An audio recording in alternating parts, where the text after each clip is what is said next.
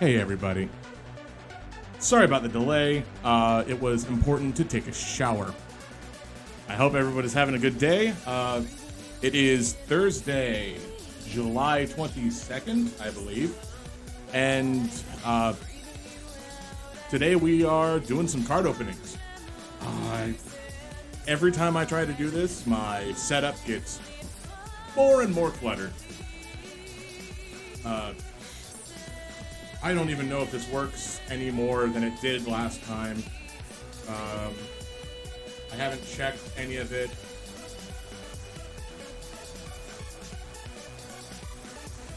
Let's see. All right. And since I've got the Stream Deck, I can change with a quick button press.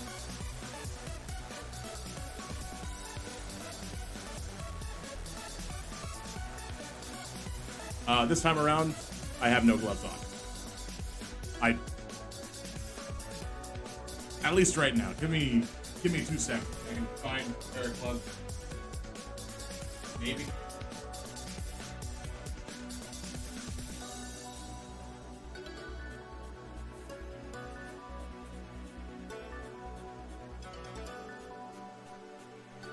Pair of gloves. Cool.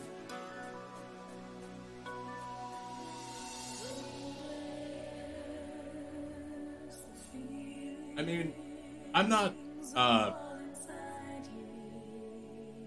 have gone on the record saying that I am definitely, oh wow, sorry, 1 second, I have to recalibrate.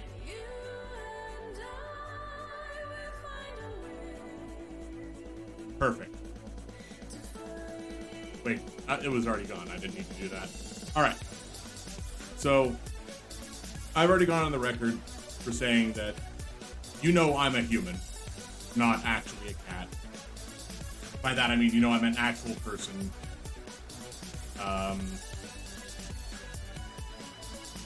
I definitely don't hide the fact that...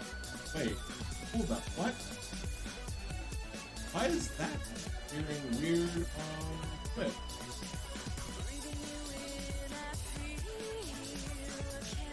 Kind of an odd, aspect ratio, I guess. But that's fine, whatever. Yeah, I've gone on the record saying that yes, I am a guy. I've made that abundantly clear, what with my voice and mannerisms. And I have also said in the past that I didn't have the cat avatar. So if you want to go and see what I looked like 3 years ago, you have an option. Those videos are up on YouTube. I see no reason to hide that information. Now, I haven't watched through those videos in a long time, and I don't know if I said my real actual name there, which I've been avoiding doing here, to the best of my ability, of course. In the meantime, however, if it is stated, then so be it. It's already out there on the internet. If it's not, I'll still keep that particular cat in the bag. Now, today, we've got some cards to open. I've got some sleeves. Got, oh god. Yeah. Modern Resin 2 set booster. I've got all of this stuff on the table beside me. Just to keep the packaging out of the way. And the final Shining Fates Elite Trainer box that I had. So this is the actual last Pokemon product that I have to open. And I try to do, Magic and Pokemon or something, because it's nice to get multiple people coming in. Frankly, it's more akin to just be like, well, it's better than just saying, hey, I'm only going to open this one type of product, and if you don't like that one product and you'd rather have literally anything else, too bad, I don't have it. Like, I don't have Yu-Gi-Oh! To open because I don't buy Yu-Gi-Oh! I haven't played Yu-Gi-Oh! For years. I haven't played Pokemon for years, but I can still open this because it's kind of an exciting thing. I don't know how many rarities there are in Yu-Gi-Oh! Is there 16 or 18? There's still too many rarities for Pokemon, frankly. And with the different variants of Magic cards, that's getting to be too much too. There's the standard 4, and then any sketch variant or showcase variant of the standard 4, which were common, uncommon, rare, mythic rare. Mythic, I remember when mythic rare got added to the game. I do not remember when rare got added to the game. It used to be common, uncommon 1, uncommon 2. But that was definitely before I started playing. Alright, what do we want to open first? You know what? I do have these 2 loose packs of Commander Legends. Let's open one of those. Like this one. It's a nice good start to what we're doing. Just putting on the gloves. I do need to get more of these gloves though. Like, I think this is my last or second to last pair. Yeah, you know, these gloves.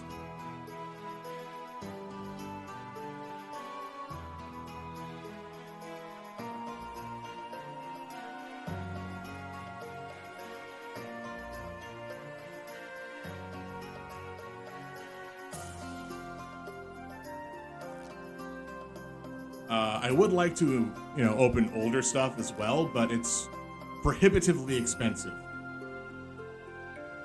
Honestly, doing this is still a bit hard. I should really set up that Patreon account, or even just a PayPal.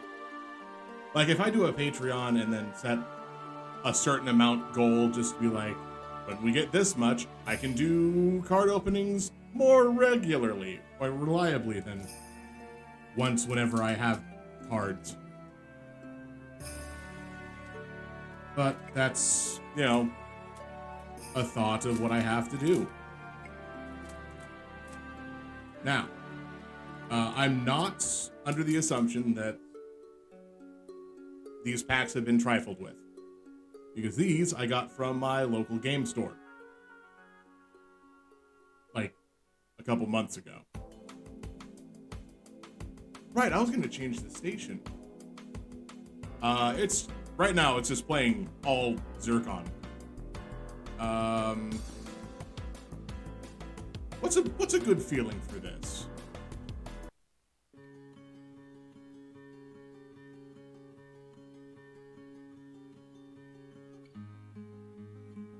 Sure. Let's go with that for now.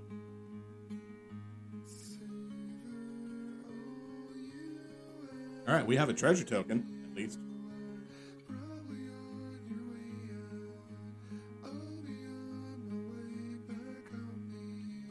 And this is a little concerning because we can see there's already just that card that doesn't want to stay still. That could just be a foil, but I just opened this pack. Who knows what it is?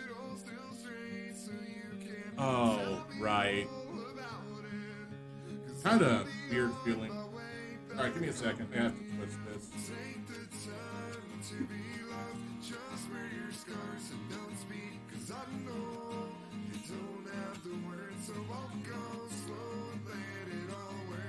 This way I at least have a little more maneuverability for my hand, and I can set the cards down. However, the camera could fall over as well, because I don't have a great tripod for it. In fact, I can show you what tripod I have for it. I have this tripod. it came with the webcam. So it's attached right here at the top, and these things kind of just stretch out. And the reason I have this here is because I have 2 copies of the same webcam, because one's capturing my face so I can go like this and this, so you can see that, and the other one's on here, down here at the cards. Was it a good idea to do that? Maybe, who knows? But in the meantime, let's see what this pack has. We had Aqueous Form, Defiant Salvager. I don't know what all was in Commander Legends. Port of Betrayal, Trove Tracker. The Encore mechanic was new here, so you can exile it from your graveyard and then create a copy that attacks them, each of your opponents. Kind of like Myriad, but from the graveyard instead of from the battlefield. So it's more likely to happen than less. Myriad was whenever this creature attacks, create a copy attacking each other opponent. Molder Beast, whenever an artifact just dies, it gets +2/+0 till end of turn. I thought Molder Beast just destroyed artifacts, not got buffed from artifacts dying. When the Exquisite Huntmaster dies, you make a 1/1 green elf.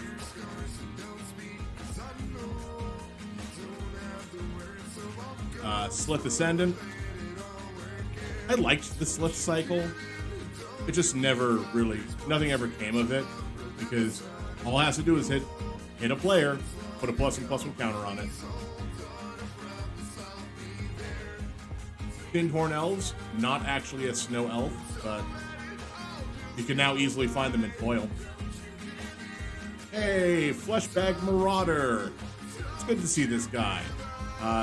Pretty much a staple in any black deck, or that are like singleton or cares about destroying creatures, because you can just be like, I'll play this 3-mana creature that I'll just sacrifice to its own ability, and then each other player sacrifices a creature too. Anointer of Valor. Whenever a creature attacks, you may pay 3 if you do put a +1/+1 counter on it. That's way too expensive for that ability. Even on a 3/5 Angel. The Scurdy Birder comes into play with 2 +1/+1 counters, and you can move them onto any other creature during your upkeep.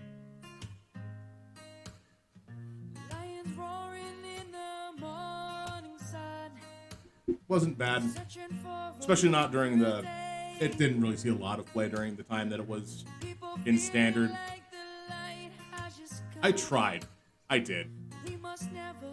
Pirate Cutlass, you just automatically attaches to a pirate. Benevolent Blessing. Oh, protection from the chosen color. With Flash? At 2 mana? This is Commander Legends, so I can't run this in Modern. That's unfortunate. Alright, Congees Lieutenant. 3 mana for a 1/1 flyer. Whenever it attacks, creatures with flying get +1/+1 until end of turn.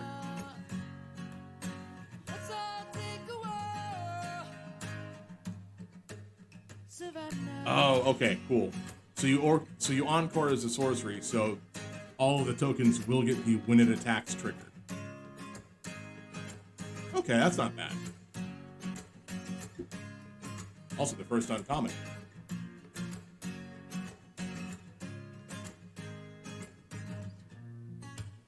Nadier's Nightblade, whenever a token leaves.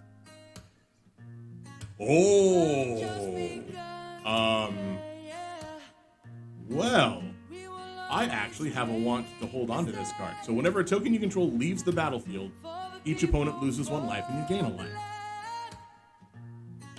The reason for this is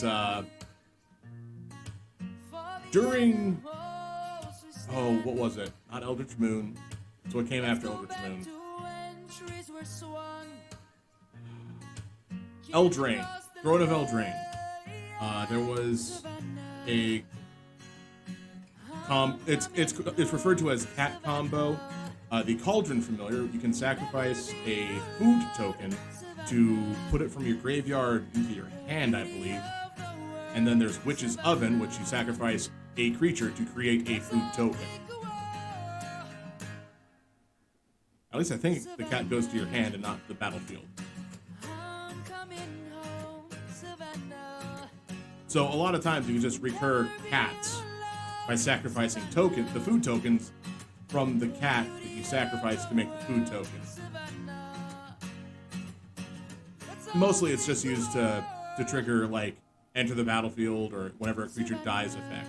So like this, whenever a token you control leaves the battlefield, like sacrificing a food token to bring back a cat, each opponent loses 1 life. So as much as I want to leave that on the uncommon pile, I'm going to take that and put it into a deck later. Sunset Pyramid. 3 brick counters, remove a brick counter to draw a card, or scry 1. Not great. Even at a 2-mana artifact. Alright, and then the rare is Sakashima's Will. 4-mana sorcery, choose 1. If you have a commander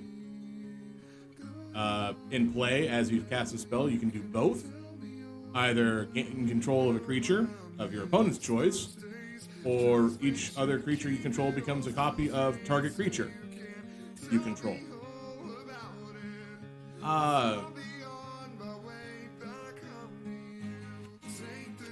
Now, this is an oddity because I believe you still choose both targets as you cast the spell. So you can't be like, I want you to give me a creature. Say your opponent only has 1 creature, so you have to get that creature. You can't then make all of your creatures a copy of that creature because you didn't control it when you first cast the spell and targeted creatures. But whatever creature they do give you will become a copy of a creature you have until end of turn.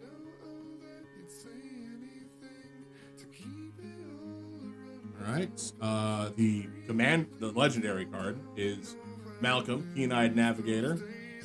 Whenever you have pirates deal damage to your opponents, create treasure per opponent head.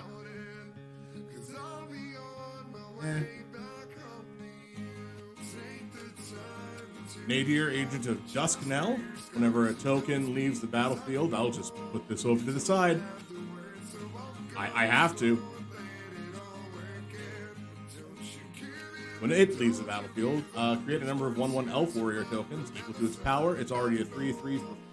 It's a 3/3 for 6? That is not a good price. But, I mean, may as well. Foil is Blade Brand.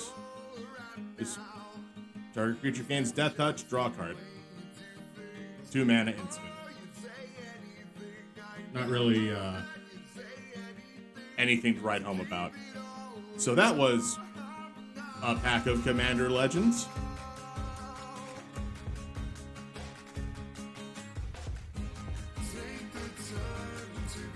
What's listed first? Yeah, Modern Horizon 2 is listed first, so we'll grab that.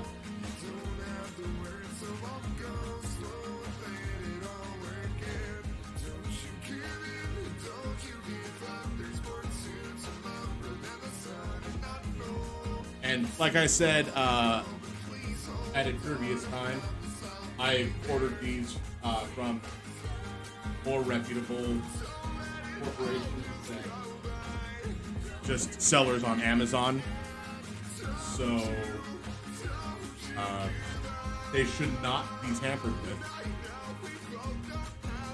Of course, if they are, I will definitely tell you. But it looks like it's not tampered.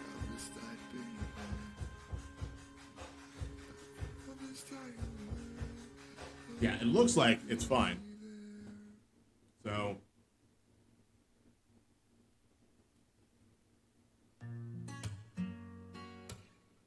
let's set this up so I can grab the cards from it a little easier than what I just did. Lions roaring in the morning sun. Oh, God. For a longer day. People feeling like the You know, maybe this will sound better. Industrial. Which, once again, we get song by Zircon. Not that I'm complaining, I do definitely like how they sound.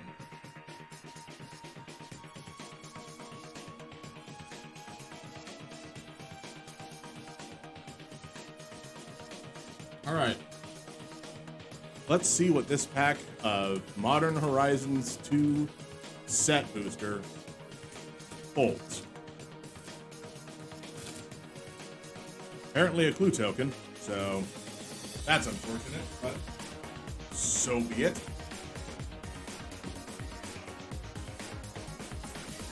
And the art card is Karth the Lion. Sorry, I was a little off screen.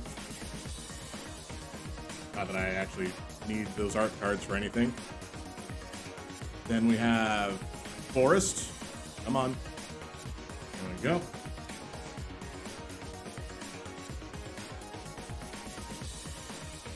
Tragic Fall, which is like Tragic Slip, but it costs more. And only affects if you get really mad and don't have anything in your hand. As opposed to if a creature died. Hell Mongrel, discard a card.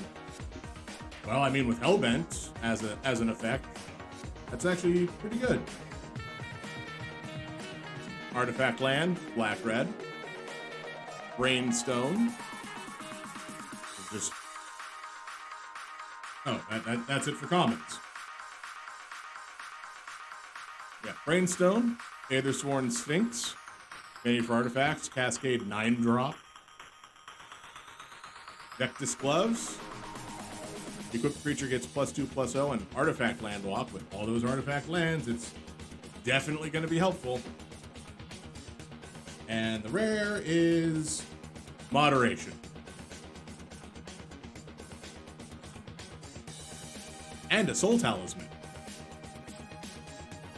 And Nevin Earl's Disc. The retro frame is Glimmer Baron. Right over here into the rest of those sacrifice token piles. And a foil is Kitchen Imp.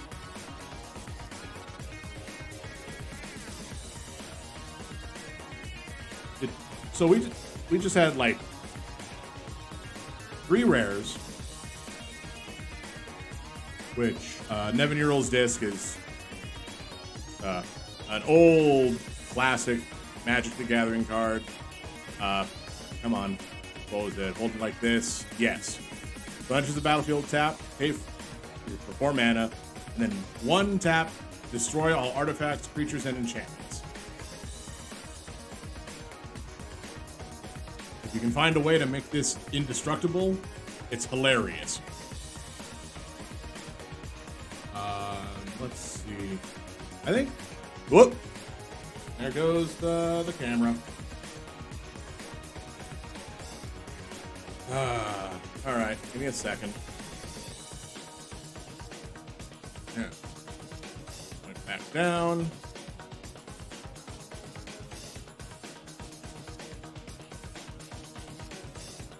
Nope, no further. Probably good. So, got. Wow, thanks. Thanks, camera. You're really helping me out here. So there's a reason why I made the statement of course, I have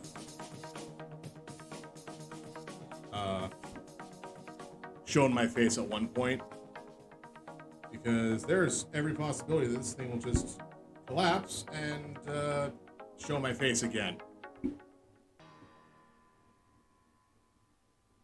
All right. Yeah, it's focused directly on Liliana. Now, what I was going to do is, since it's been a bit from release, I can actually pull up card prices just to see what is a reasonable pull at this point. But if I had to guess, I'd say about the best priced card is not going to be Soul Talisman.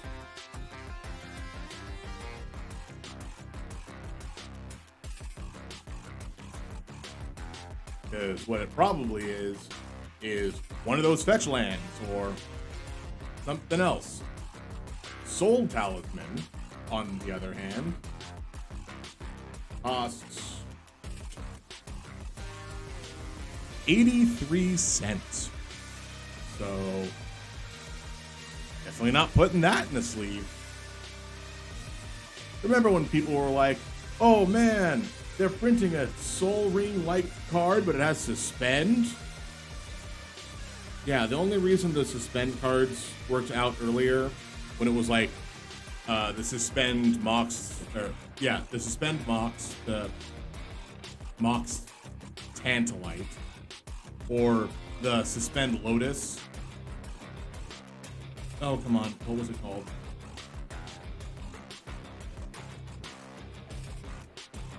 Oh, I can't remember exactly what it's called. But the only reason those things mattered is because they were free.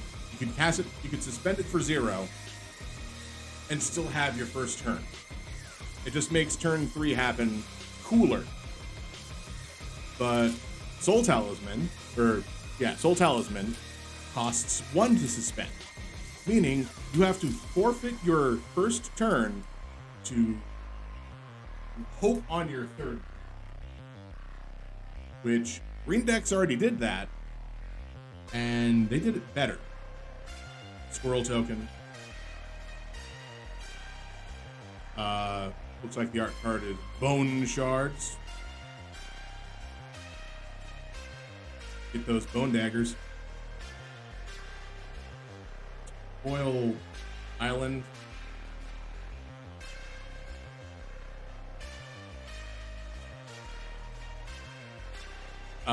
I've had conversations with people that are important to my life and well-being, and they've said that I shouldn't do these pack openings, this box opening stuff, because frankly, this is throwing a lot of money down just for what it is. So, Shattered Ego, just you can remove Enchanted Creature. Battle plan at the beginning of your combat. Target creature gets +2/+0. Not even each creature. Target creature. Not even each combat. No, that's a bad card. Mind Collapse. We've seen Mind Collapse plenty of times. Lightning Spears. I'm not gonna lie, none of these equipment are terribly okay. Herd Bailoff. Whenever one or more +1/+1 counters are placed on it, you may create a 4/4 green creature token. I'm gonna set this to the side for a second because I'm doing something else with those cards. Arcus Acolyte, Reach, Lifelink, Outcast, it's a 2/2. And so the thing I'm doing with that card is the red, green, white commander deck that I was building that had a lot of vanilla creatures. I know it's not a vanilla creature, but it does create vanilla creatures. So those will get buffed. Oh, and then each other creature without a +1/+1 counter on it has Outlast.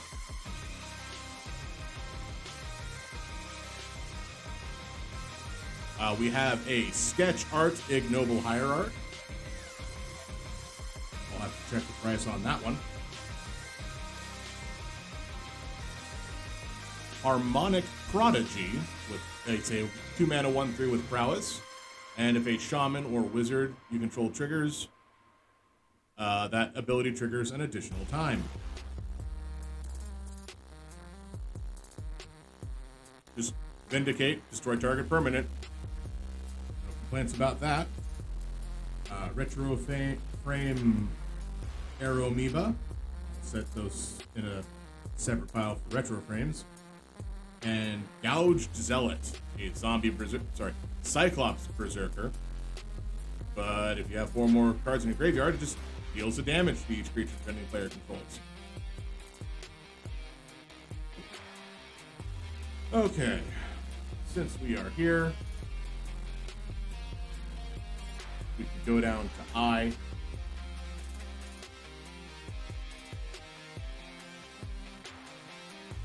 $7. Good enough. In a sleeve it goes. Sleeves, of course, still these ones. So, I have more sleeves. A lot of them are going to be clear, but I'm using these as I go through just to make sure they get used. All right, new pack.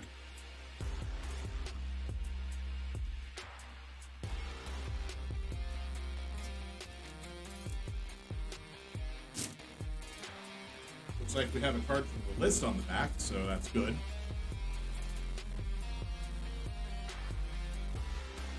I know I say this a lot during the other streams, but like if you're liking what you see, definitely send this out to other people you think would enjoy this. I know card opening isn't the best thing, the best show for a lot of people, and frankly, I was so very close just to putting on the regular music that I listen to, but it is terribly copywritten. By that I mean all of it is copywritten and not just like stuff that I can play here and not have to worry about when I re-upload to YouTube. Alright, art is Mental Journey, the Room of Doors. Again, I don't know if people care about the art cards. I could probably skip through all these commons and most of the uncommons, frankly, if not for the fact that I see interesting stuff that I want to set aside. Just because I'm building a deck that would be great for it. We got a whale with affinity for artifacts. Blue-white artifact, bridge. Blue-white artifact, Thopter. That's it for the commons.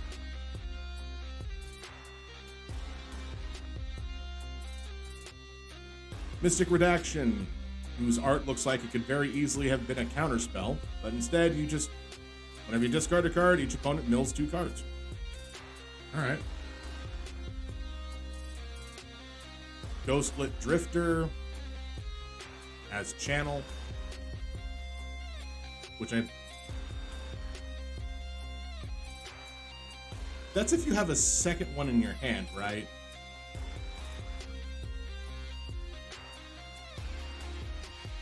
Not, you just, maybe it is just from the one.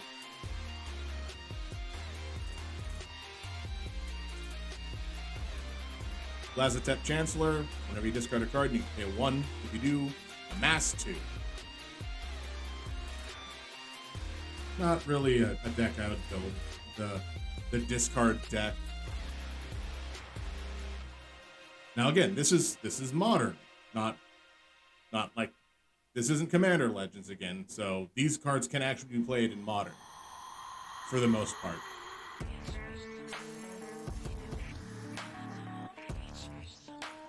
Alright, that's it for uncommons. The last one being the Raven Visionary. And then, rare, we have Karth the Lion. He really helps out Planeswalkers. Don't have a lot of those, so I don't see that being super useful. Sea Drake, a reprint from Portal 2. It's not a good card. Sudden Edict, a sketch. And that's our, second sketch card? The first one being the Ignoble Hierarch. And then we have Hard Evidence. Make a Crab. it's a foil, so we can put it with the foils.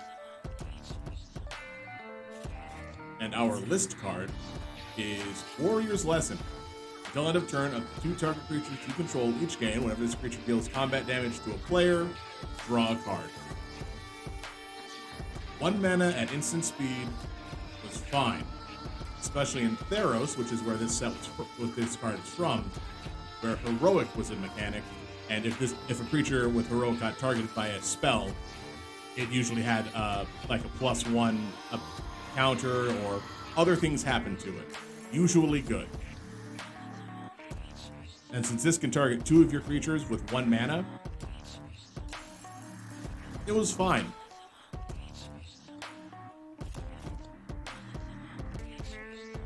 And even if you didn't target heroic creatures, you could just be like, those 2 creatures that weren't blocked, when they hit you, I gain life. Or I draw cards.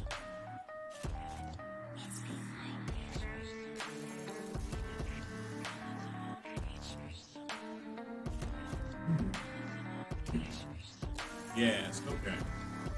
So again, not bad, not amazing.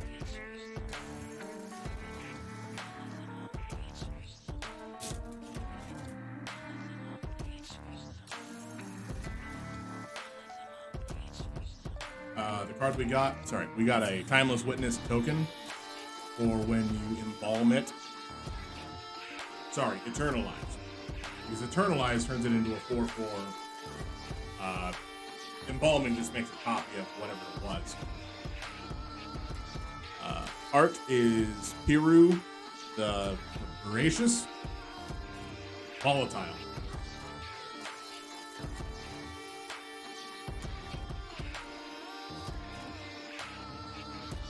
And then we've got a mountain. Oh,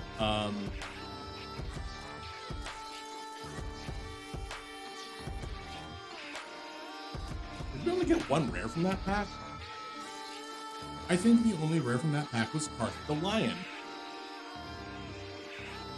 Alright, Nested Shambler, whenever it dies, you make X 1/1 squirrels, where X is its power.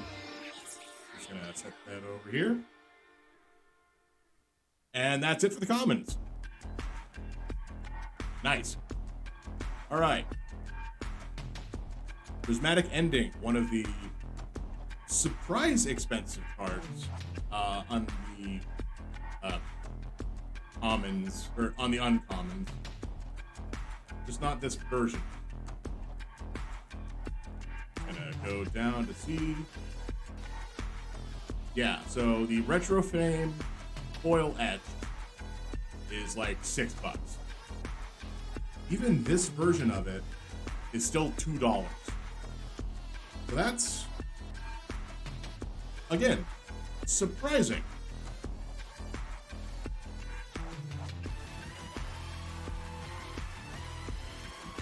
Kaleidoscorch, it's a good spell.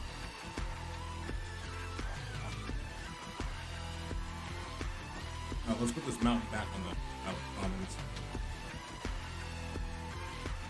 Road to Ruin, Road and Ruin. Aftermath can only be cast from your graveyard. Damage to target creature equal number of lands you control. Search for a basic land, put on the battlefield tap. It is an instant speed, so that's not terrible. Strike it rich, 1 mana, make a treasure. Not gonna put that one aside because that's not the deck that I'm building. Fey Offering, at the beginning of each end step, if you cast both a creature spell and a non-creature spell, make a food, clue, and treasure token. I'll put this over aside on here, because green is definitely in the colors of that deck. Spreading Insurrection, it's Storm of Treason. Act of Treason with Storm. And then we have a Misty Rainforest, which I'm just going to set right over here. A counter spell. Put definitely love Counterspell. It's uncommon. A Galvanic Relay, which is a Bold Border, and Extruder. Sacrifice an artifact to put a +1/+1 counter on target creature. Ooh. It has Echo 4, and it's a 4/3 Juggernaut. Let me just grab the sleeve. I know Misty Rainforest is not the most expensive, especially not regular border Misty Rainforest, because the retro frame is, wow, $63. Probably retro frame foil.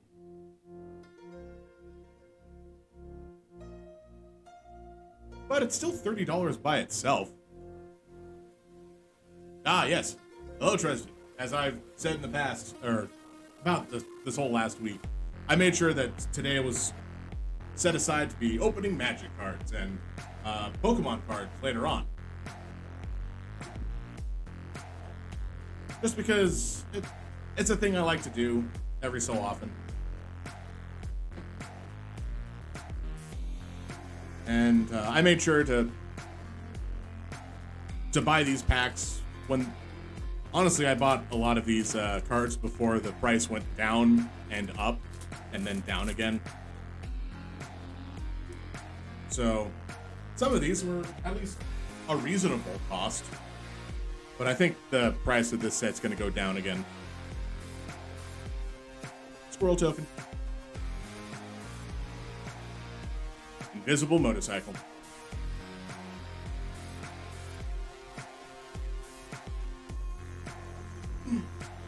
Yeah. And then the art is Sword of Hearth and Home. Probably held correctly. Yeah. Still, I don't care much about the art cards.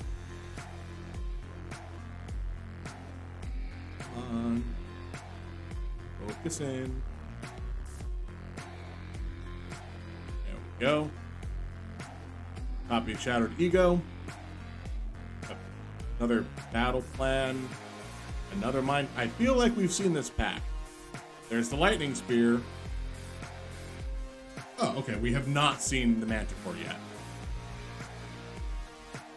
Combat on your turn, you may discard a card. If you do, it deals X damage, where X is the number of card types the discarded card was. So whereas this would be, if you had a spare Mount Vella's Manticore, you could discard it to deal 2 damage. But if you had one of these Specimen Collectors, it'll only deal 1.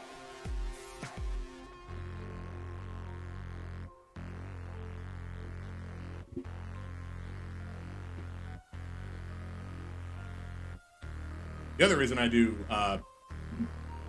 Magic openings not as often is because I push back a lot of my setup just to, actively have space. I'm gonna, show the sausage. Yeah, show how the sausage is made really quick. So right now, all of my computer stuff is pushed really far back on the desk. Generally, it's right up against the edge of the playmat, which I've also pushed forward a little bit, just to allow the camera to stand a little better.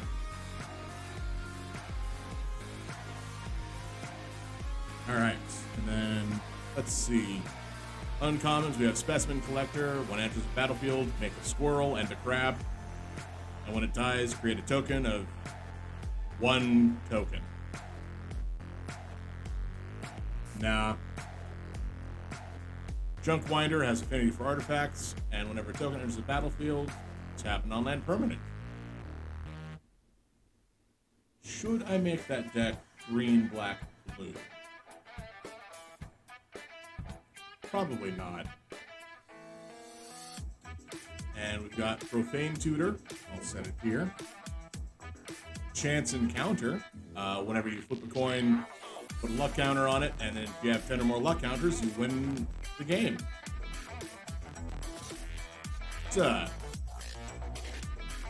It's fun. I like it. It's not going to be worth much, but sketch card is Kitchen Imp, Flying Haste, and Madness. This is the other sketch card, and foil is Late to Dinner. Create a food token and return a card from your graveyard to the battlefield. Battlefield? 4 mana? Alright, I can get behind that.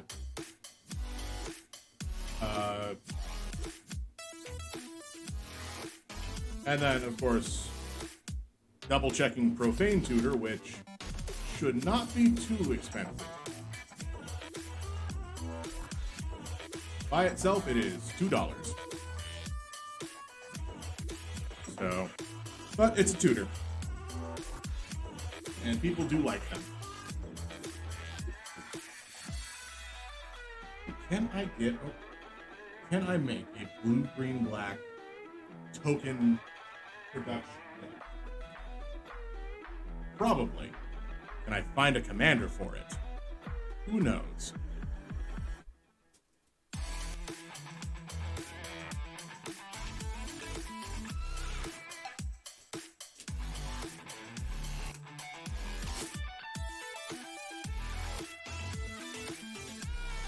Alright.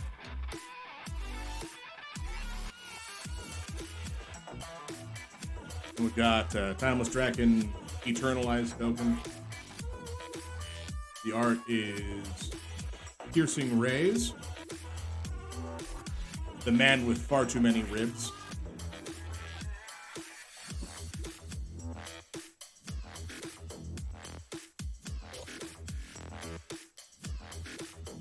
Got a Plains, and that's it for the commons.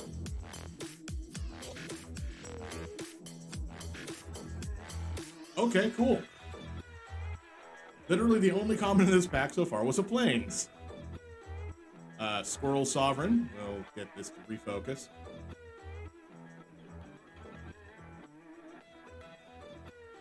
Yes. Still good. Oh god, this is strictly a Squirrels pack, isn't it? Ravenous Squirrel. Whenever you sacrifice an artifact creature, put a +1/+1 counter on this. And then you can sacrifice an artifact or creature to gain a life and draw a card. With 1 mana 1/1. Squirrel Sanctuary. When it enters the battlefield, make a squirrel. Whenever a non-token creature you control dies, you can pay 1. If you do, put this back in your hand. Underworld Hermit. When it enters the battlefield, create a number of 1/1 green squirrel creature tokens equal to your devotion to black. So, a minimum of 2, unless they kill this when this triggers on the stack.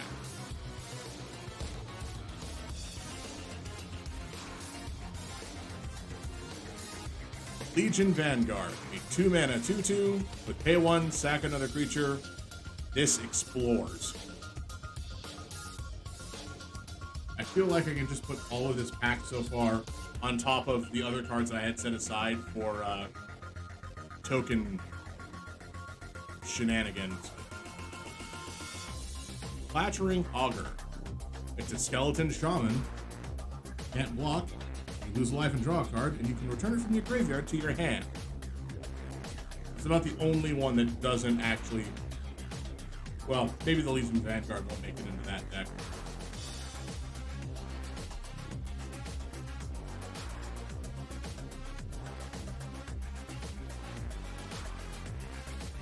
Timeless Witness. You just get a card from your graveyard to your hand. You can eternalize it, make a 4/4 Timeless Witness, and get the same effect.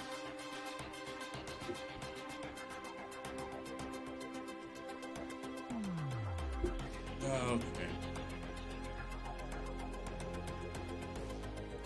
We have Cauldron Complete. This equipable Cultra.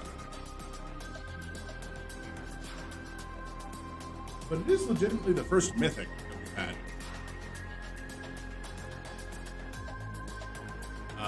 Oop. Hunting Pack. 7 mana for instant. Create a 4/4 green beast token with Storm. Put this over here on that pile with other cards that I'm saving for Commander. Sketch versions of Road to Ruin. And a foiled Breathless Knight. It's a fine card. I just don't know if it'll ever see reasonable play.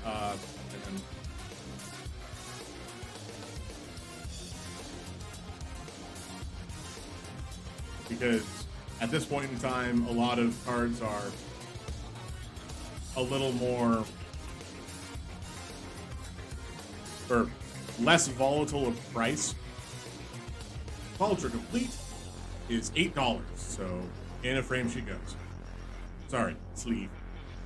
Because, like, even the Ignoble Hierarch, which, did I ever check the price of that one? Yeah, the showcase, the sketch one, is still $7 by itself, so.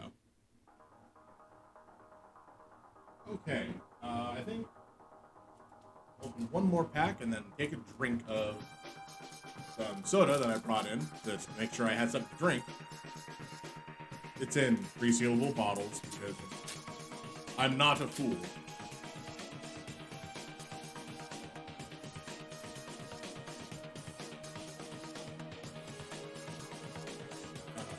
Okay. Not bird token.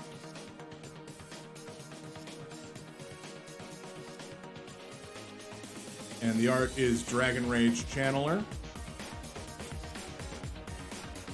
This is the red card that I think is like...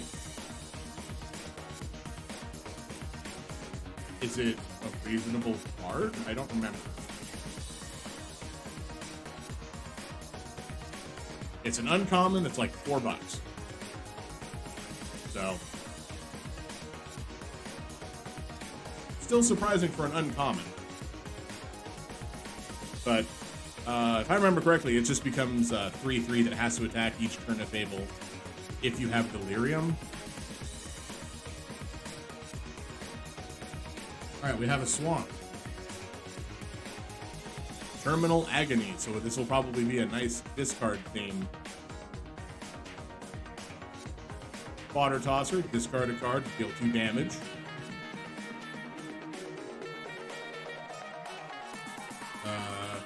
Scophos Reaver has Madness. Still fitting that discard theme. Viashino Lashclaw, discard a card, creature's getting haste. 2 mana 2/2. Revolutionist. 6 mana. Return target instant or sorcery card from your graveyard to your hand.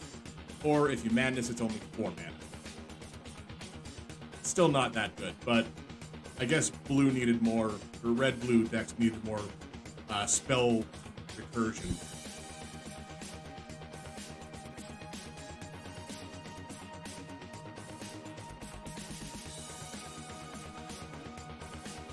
Healer's Flock, 3 mana 3/3 with 3 and 3. I mean, flying and lifelink. Blossoming Calm. You gain Hexproof and 2 life. And it passes again the following turn. And I guess that's it for the uncommons. For the rares, we have General Ferris Rock Eric. Whenever you cast a multicolored spell, create a 4/4 red and white golem artifact creature token. I don't think this card made it into the list of the deck I was building. I'll put it over here for now. What's the worst that'll happen? Seal of Removal, just unsummon on an enchantment. Retro Frame Tide Shaper, just a solid card to have. And Foil Junk Winder. We've seen Junk Winder. And now it's foil. These are uncommons.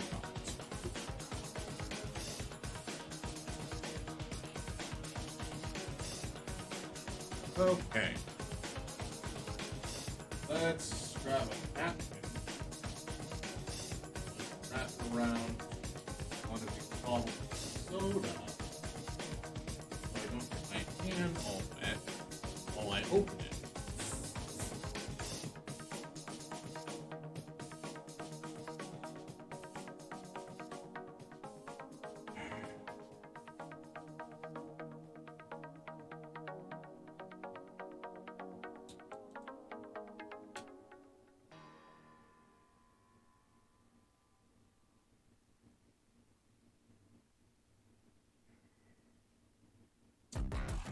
And the soda just dripped water on it.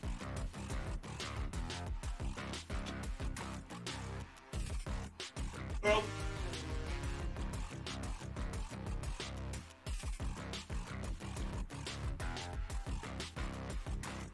so be it. So be it.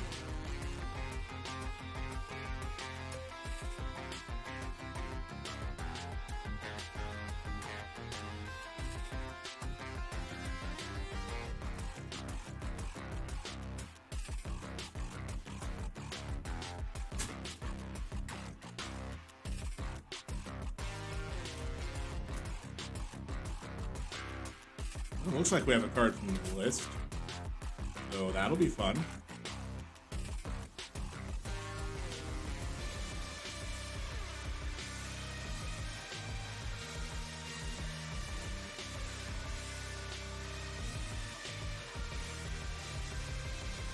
The art is from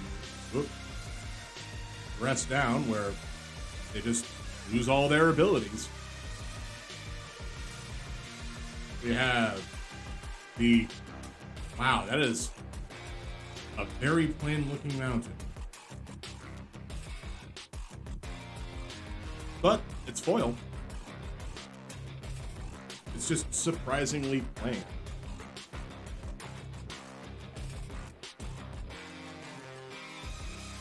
We have the Mount Velas Manticore. Nope, come on. Silver Bluff Bridge, the artifact land for blue and red. Storm God's Oracle.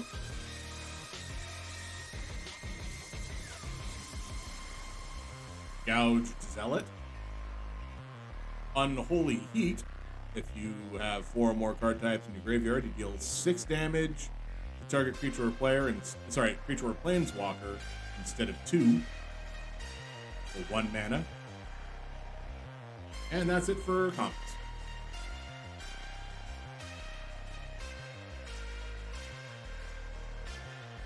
Constable of the Realm, a 5 mana 3/3 that whenever it gets a +1/+1 counter, exile up to 1 target non-land permanent until it leaves.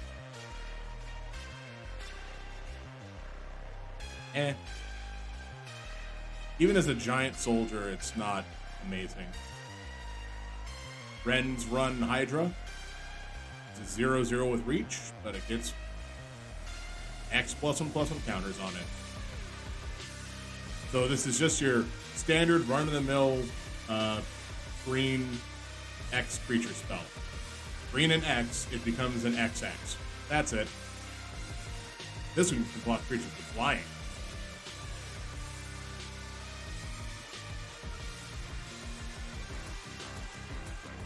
And I guess that's it for uncommons. So we have Endurance, which, if I remember correctly, that's actually one of the reasonable priced ones. Endurance. This card by itself is $29. So it will definitely go into a sleeve.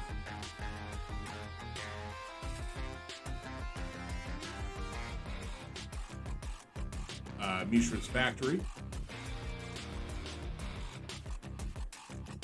Mind Collapse. Marble Gargoyles the foil. And the card from the list is Pillage. I think this was from Alliances? That's what the flag was, right? But then it got reprinted in Master 25. So this was reprinted in a Master set and now reprinted in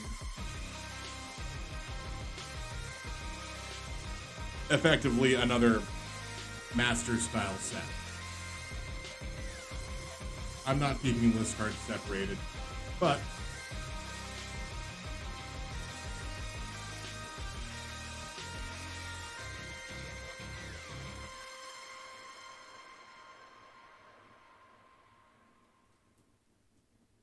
I mean, who knows? If I get enough to actually sell and buy another booster, I might do the whole booster box game thing that the professor definitely tells you not to do.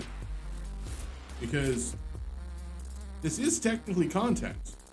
And while, sure, having the card, playing with the cards might be better than not,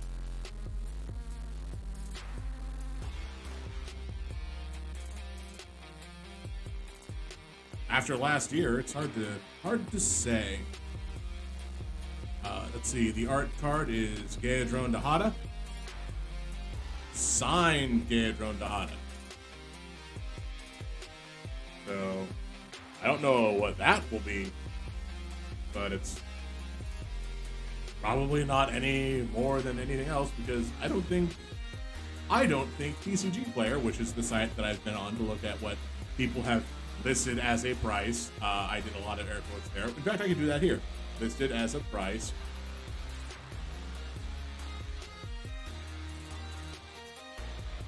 Yeah, it does not keep track of the art cards or whether or not they have been signed. So we have Forest, Flourishing Strike, which is either Lightning Clap or Giant Growth. I think Lightning Clap is the right name for that ability.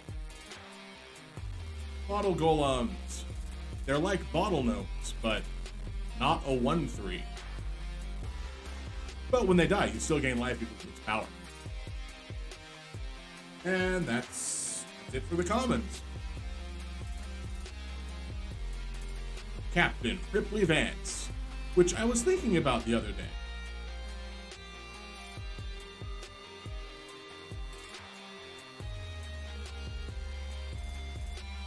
I'm still not 100% certain.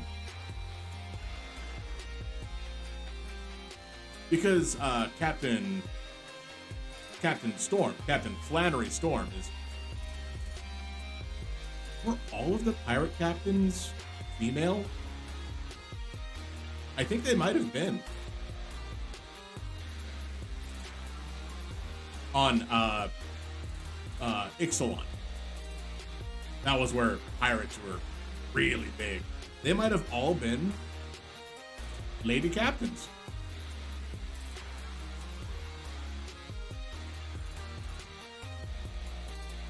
Was there a black mana captain?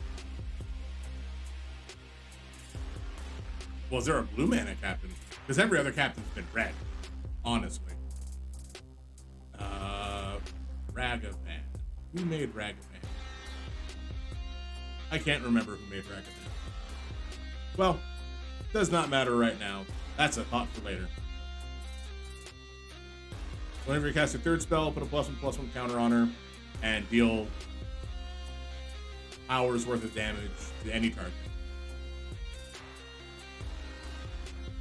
Raven Watcher, 2/2 Angel, and then non-tokens get +1/+1 in Vigilance. Flame Tongue Yearling, it has to deal damage to a creature. It can kill itself.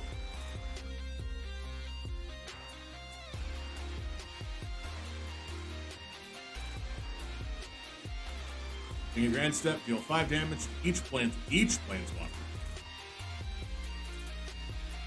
Well, I mean, it's definitely a solution. Exile target creature or planeswalker, gain life with the number of counters on it. Sorcery speed, no thank you.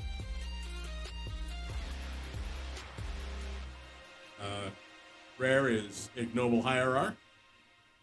Again, still within the $7 or $8 range, so sleeve it goes. Milliken, mill a card, add a colorless. Step through, return 5 mana to return 2 creature cards to their owner's hands. No one ever does it for that. They'd much rather use the wizard cycling ability. Not good. Lens Flare, foil. In case you couldn't get enough Lens Flare action from it the first time around.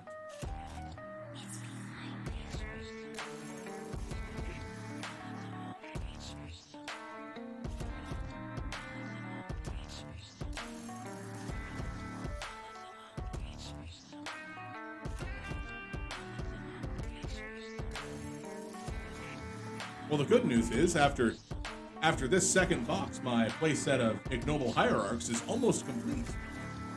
The bad news is I don't use it in anything.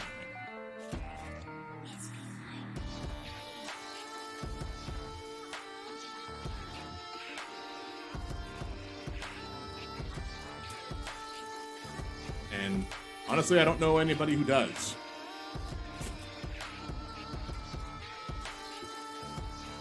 But then again, I don't know what people play in Modern. Because, Elemental Token. 5/3 Elemental Token. That's the one that's made by, Titania. Chef's Kiss. Look at that. Tasty food. Fit for a Demon King. Then we've got a Foil Forest. Not bad looking. Silver Bluff Bridge. Storm God's Oracle. Again, it can bolt a guy, or if it hits you, it'll bolt you, probably. Gouged Zealots. Unholy Heat. It looks like a lot of these cards we've already seen. Foul Watcher, a Nightmare Bird. Oh, I don't get to do the thing. So the thing is, Nightmare. There's a card called Nightmare. It is a nightmare. Like the actual horse. And its creature type is Nightmare Horse. So Nightmare is Night Horse. So it is Night Horse Horse. That is what the creature type is. But there's a lot of other nightmares that exist in Magic now because of other things that Wizards have done. You got an Air Amoeba. You can just discard a card to switch its power and toughness. Is that what that card does? I have never paid attention to what this card did. That's an okay ability.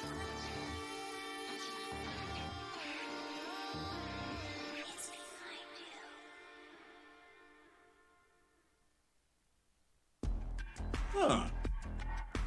That's a card. Goblin Trap Runner. Whenever it attacks, flip 3 coins. For each flip you win, create a 1/1 red goblin creature token that's tapped and attacking.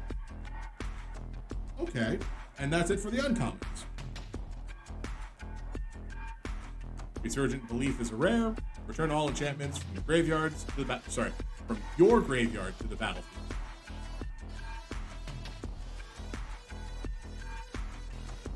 It is not worth anything, I believe. Then we have the Mox Breaker Shaman, where you just pay 1 to destroy target artifact with a value of 0. Which is why all of those artifact lands are indestructible.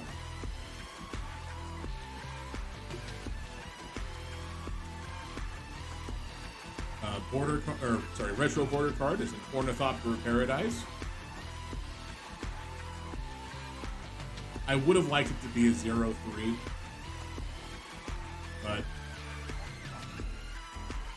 but so be it. And we have a foil Unholy Heat.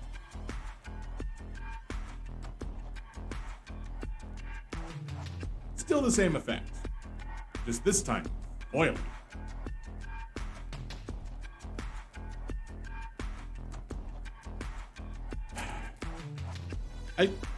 I'm afraid that I might be burning through these cards faster than the last couple of times we've done this, because honestly, we've seen these cards in the past, because this is the second time I've done a box opening for Modern Horizons 2. I have one more set booster box, so I made sure to buy these when I did, because I wanted to get them. Scurry Oak. Let's see. Nope, that's upside down. There you go. Look at that happy little tree with all its friends. But I'm not sure. Yeah, I would like to, keep doing card openings, because this is kind of what I do.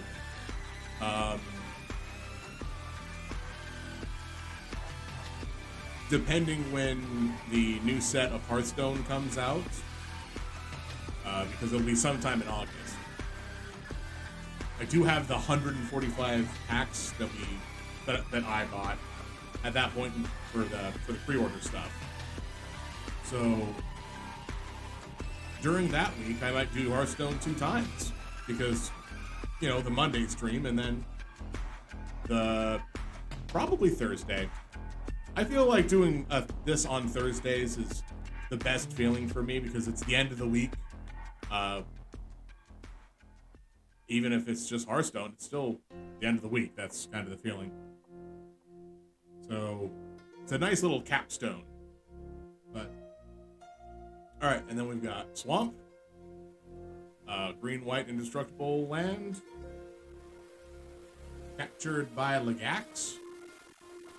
Enchanted creature can't attack or block, and you support 2 when this enters. A Knighted Mirror, it's a Mirror Knight. And whenever you adapt, which is the first time, whenever one or more +1/+1 counters is put on it, it gains double strike until end of turn. So you can play it on 3, and then the next turn it becomes a 3/3 with double strike for 1 turn. You can put more +1/+1 counters on it, like with Mirror's Grappling. You can do it more, but you can only adapt it for 1 time, because it can only happen if it has no +1/+1 counters. Mirror's Grappling is a 1/1 for 1. And that's it for the comments.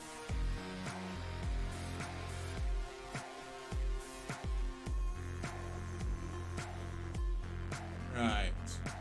Uncommon, we have the Vile Entomber. When it enters the battlefield, search a card and put it into the graveyard. 4 mana, not the best. But we do have this Archfiend of Sorrows. When it enters the battlefield, creatures your opponents control get -2/-2, and you can unearth it from your graveyard, which presumably from the Vile Entomber, for 5 mana.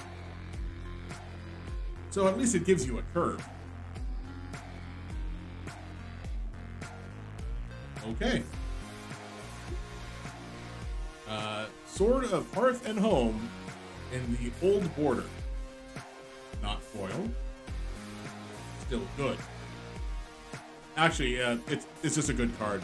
Whenever equipped creature deals damage, search your library for a basic land card, and you can remove target creature you control from the game, the controller you own from the game, and then you put both of them onto the battlefield at the same time. So, in fact, I'm actually just going to grab that sleeve right now, because I rubbed my head and I got head oil on my card, or on my hand. So let's avoid anything dumb happen. I don't know how much that card is. I will check how much that card is. There are still other cards in the pack, of course. But, come on, let's find out the price of this S word. $22. It's actually more expensive than the retro frame and foil etched. Of course, wait, hold up. Have I been looking at the regular price or the foil price?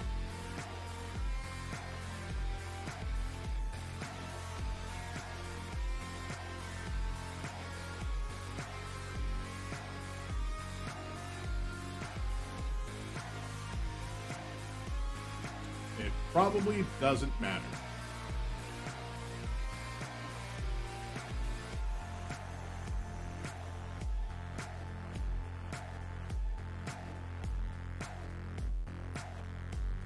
Either way, still pretty good.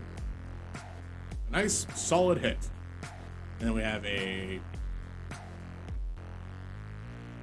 Timeless Dragon, which you can... It's a 5-mana 5/5 with flying. Or you can discard it and look for planes, and you get a 4-mana 4/4.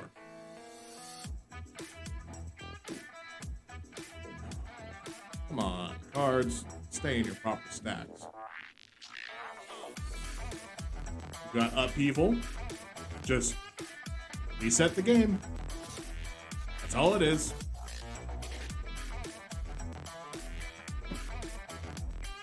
Sketchy Abundant Harvest.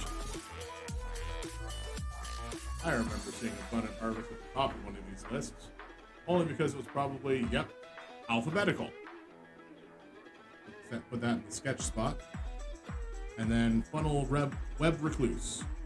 If a creature died this turn, investigate. It's a 5-mana 3/5 with reach.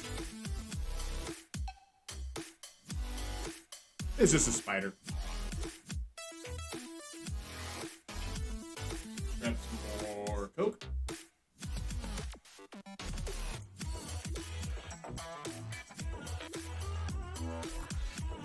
Ah, tasty.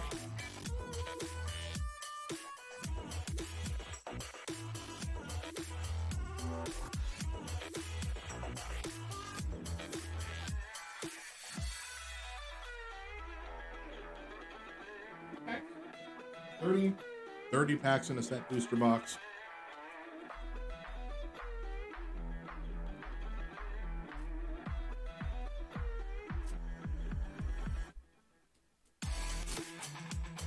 Ah, it's a peace token.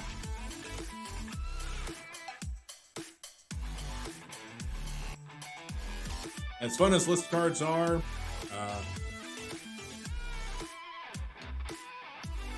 I don't think we've gotten anything good from the list this go around yet. Art from Glimmer Baron.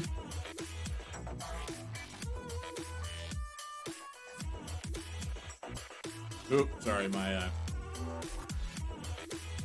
light from my window is coming in over the curtains. All right, and then we've got a mountain. A Loathsome Curator, who has Exploit, Menace, and whenever it exploits a creature, which is when the first time it comes into play, destroy a target creature you don't control with mana value 3 or less. Mana value is what they changed to refer to as converted mana cost. So she has a mana value of 5. This card has a mana value of 5. This is the regular art and border of Step Through. This card has a mana value of 3. But whenever you cast a spell with mana value of 4 or greater, you make a 1/1 Thopter with flying.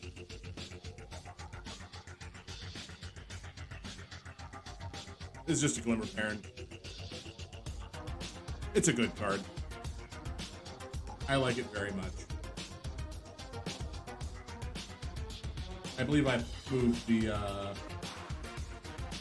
retro frame one over to that deck because it's so good in that retro frame. All right, Sudden Edicts. Target player sacrifices a creature, split second. 2 mana, instant speed, absolute. Break the Ice. Destroy target land that is snow or could produce colorless. But you can overload it. Who said black doesn't need land destruction? It's like Sinkhole, but scarier. Regular frame Tide Shaper. And we have a Marsh Flats. Set that down. We also have a, extended border Vindicate? I'll have to check that one. World Weary is our sketch card. And the foil is a Parcel Mirror. It's a blue mirror. You can pay 2 and sacrifice it to draw a card. Okay. We've already searched alphabetically. So borderless Vindicate, which is what it is. It is definitely borderless. It is not foil etched. Still, borderless is like $3. So you get a regular clear sleeve.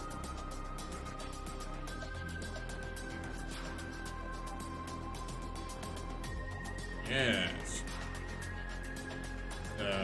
The cheap plastic ones. Whereas the Marsh Flats does get the Warhammer sleeve.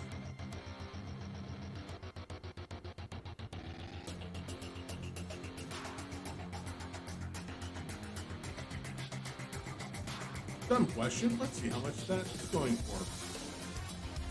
I mean, Misty Rainforest did open is $30. So Marsh Flats is almost half of that.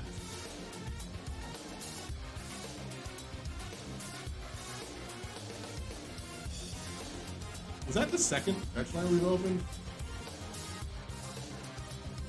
Okay, yes.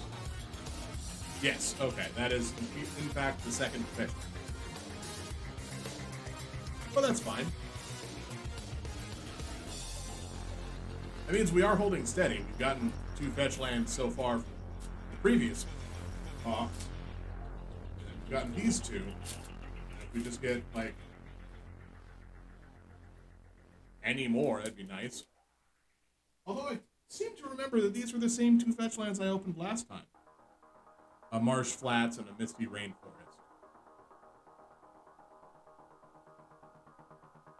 Which does make things really difficult. Because, like, I need Arid Mesas. And Arid Mesa is going for...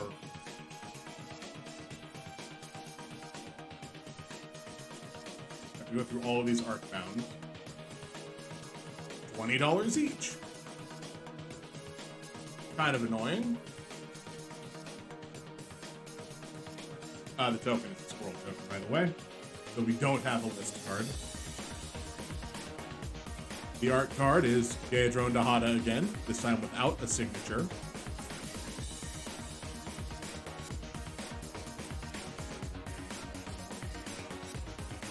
Let's pick up all these uncommons and put them on the uncommon pile. Okay. Wait a second. I had to close out of Voice Mod. So I paid for Voice Mod. Like, I paid for Voice Mod Pro. Because, sure, why not? I got the lifetime membership thing. It has failed 2 days in a row on this computer. It's had to close itself down and stop being a thing for the Stream Deck. So, I think that may have not been a worthwhile purchase. Because I have yet to be able to use it. But we'll see if I can get it to work. I have the time. Do I have the patience? Come on. Alright. Faithless Salvaging. Discard a card, draw a card. Bound Tracker. Whenever you cast a spell other than your first one, put a +1/+1 counter on this. Oh! That's actually the good way to phrase that. So long as you cast more than 1 spell a turn, it gets a lot of counters. Galvanic Relay, exile top card of your library, and it has Storm. you can play the top card. You can play that card after you exile it, but if it's a land and you've already played a land, then you're not going to get multiple lands out of it. Gargadon, 7 mana, 7/5 with trample. And that's it for the comments.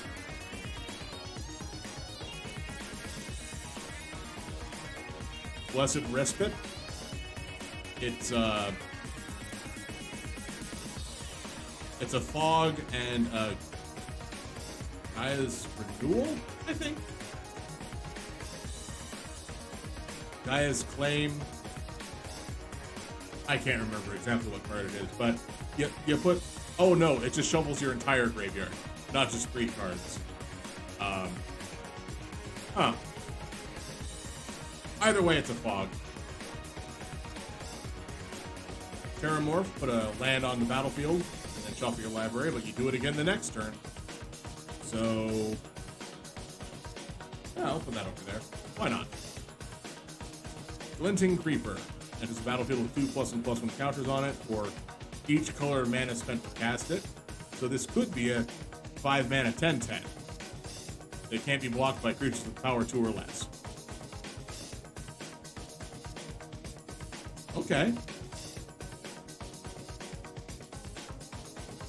Alright, that's it for uncommons.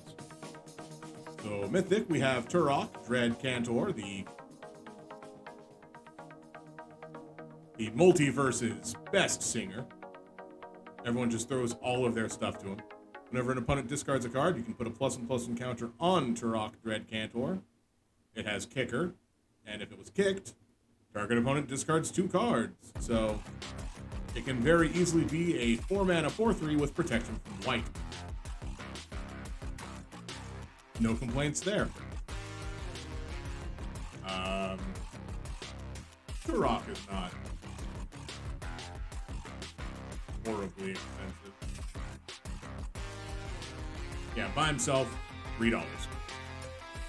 Did I have... I didn't have a Mythic Rare pile.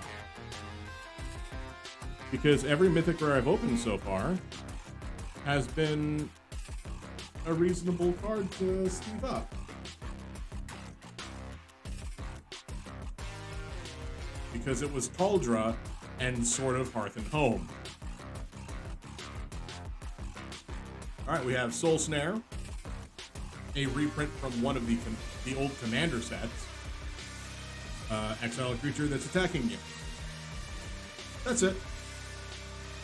But you do have to target it, so it doesn't get around boggles.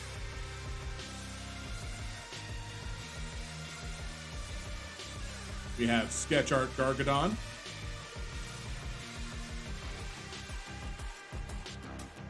And Foil Recalibrate.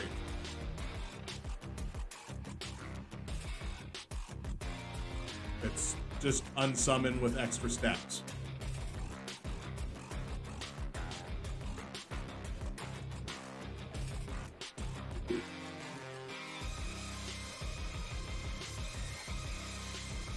I just noticed this. This deck, these packs have a little like a thing right here. You can just pull and open. Now, the reason I haven't been doing that is because if it doesn't open correctly, pulling on that will just cause hard damage. Alright, let's put this back to normal. Come on. There we go. And we have a card from the list, so let's see what that is. Yavimaya, Cradle of Growth is the art.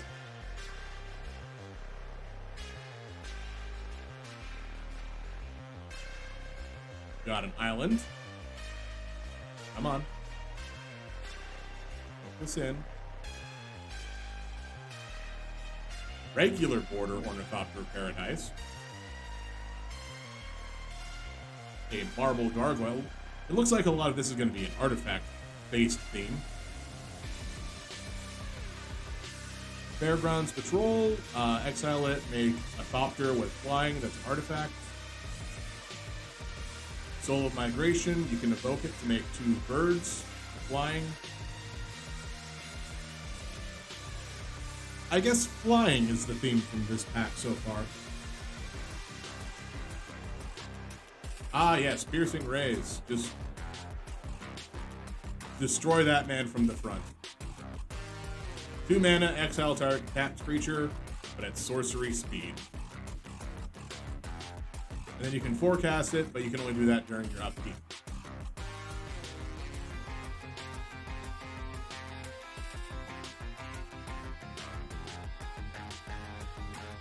Skyblade's Boon, 2 mana, +1/+1, and flying. The Underworld Cookbook. You make food, and then you can return a creature from your graveyard to your hand. And then we have a Scalding Tarn, which I'm just gonna set right there. That'll go in a sleeve shortly. It is the red-blue fetch land. Clearing Ranger. Return a forest to your hand, untap target creature. Only once a turn. Okay, yeah. I haven't seen that card in a while. Retro Arts Goblin Anarchomancer. Each spell that you cast that's red and green costs 1 less. Sorry, red or green. So if it's a red spell, it costs 1 less. If it's a green spell, it costs 1 less. If it's both red and green, it costs 1 less. Foil Jade Avenger. Froggy Fighter at the Gate. Draw your sword and meet your fate.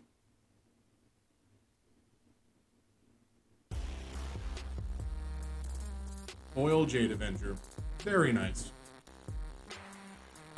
What on earth is this? Reduce to memory. It's a lesson? Oh, this is from Strixhaven. I haven't opened any of Strixhaven. Exile target non-land permanent. Its controller creates a 3/2 red and white spirit creature token. For 3 mana.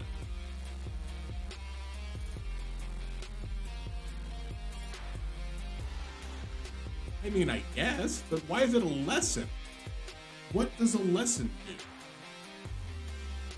Presumably there's cards that have to worry about lessons. It is just 3 mana exile a thing, though. Alright. Grab a sleeve for the Scalding Tarn.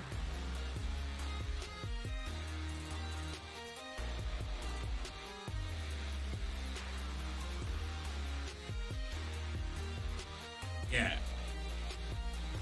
I put the Goblin Insanimancer on the wrong pile. Scalding Tarn, of course, has kind of just hovering around $34 at this point. Which, again, is not bad. I remember when Scalding Tarn was a lot higher.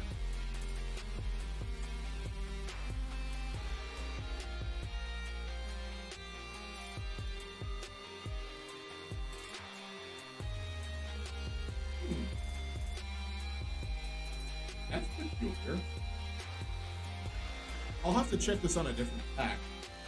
It looks like underneath the little flap here, there's a bunch of holes just to make sure this thing doesn't rupture from pressure. Very peculiar.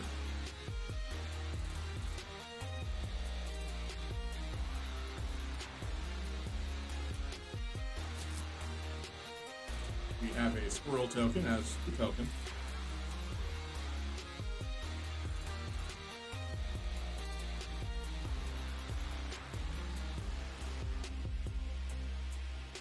Art is of Svelon, god of sea and sky.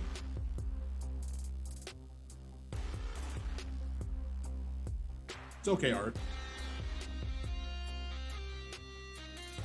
And then in the back we have a Plains. Unbound Potential, put +1/+1 counter on each of up to 2 creatures and then proliferate.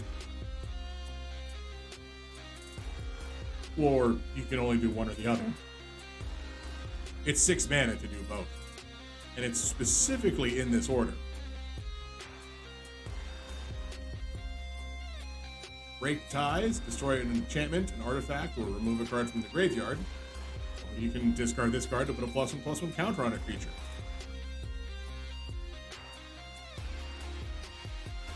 And that's it for the commons.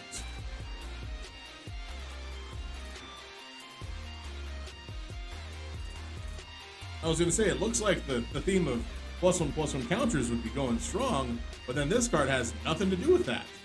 And that's because it's uncommon.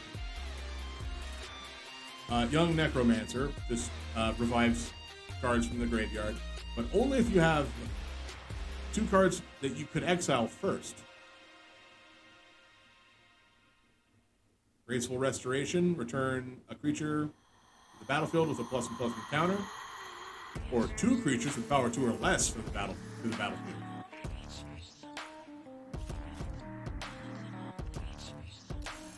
Glorious Enforcer, just if you have more life than your opponent, it gains double strike. So you can definitely have more life than your opponent. Not actually that good. Exile target creature card from your graveyard. Make X 1/1 white birds with flying. There you're making a bunch of buzzards. 5 mana, make buzzards equal to that creature's toughness. We have Retro Border Persist, which I like, but I don't know if that's going to be a worthwhile card. Sorry, a valuable card. It's definitely a worthwhile card. Then we have Priest of Fell Rites. Pay 3 life, sacrifice it to return a creature from your graveyard to the battlefield, and it has Unearth. I know that's not a high value card. Bone Shredder, the Phyrexian minion. It has Echo, and when it enters the battlefield, Terror. Destroy target non-black, non-artifact creature. It's just Terror. It's 3 mana Terror that you can use to block a creature with flying.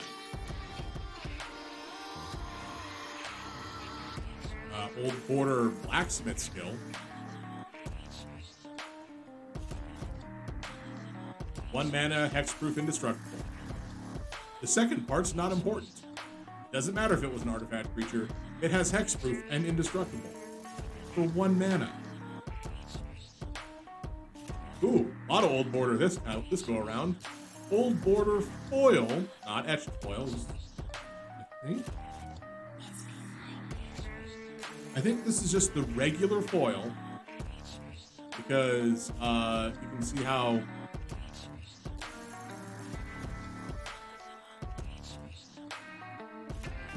yeah, I'm like 80% certain this is not etched foil. But Old Border Foil, Rishadan Dockhand. So I'm gonna check those 2 cards, and then also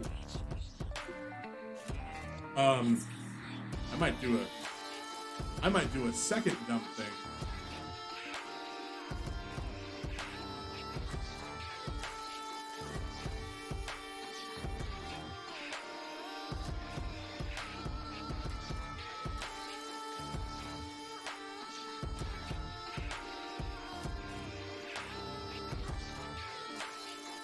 And just look up to see, can you get etched boosters in set booster packs? Sorry, etched foils in set boosters. So, no. Wait. Collector boosters is the only place you can find foil etched cards. Alright, cool.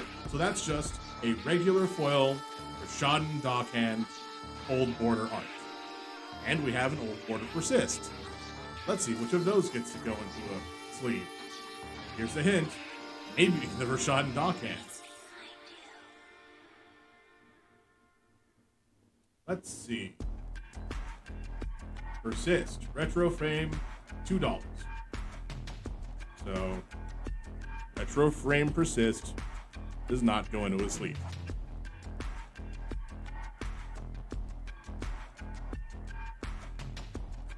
Rashad Dockhand, Retro Frame, foil.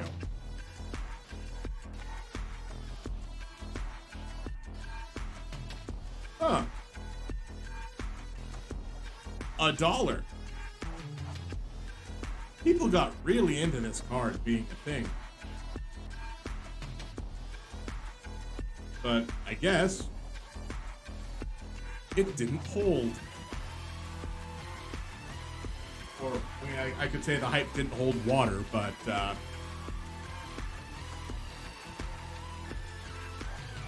very interesting.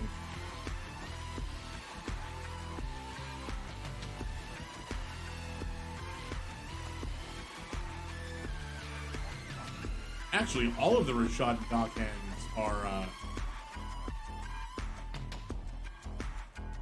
very low value. So if you want a playset of those, I would get them as quick as you can. You have just so many choices. Like, there's the regular style, which is the modern frame, the ones we've been looking at for cartonless. The ones we've been looking at for a lot. There's the old frame, so like Persist had. There's the old frame foiled, and then there's the extended art of it, which looks like it's just slightly wider than.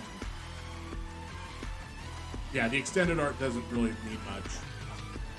And then there's the foil etched version of it, which I guess people don't care too much about. Art is junk winder. I think that's the correct orientation for it. I mean, we've had that card at least twice.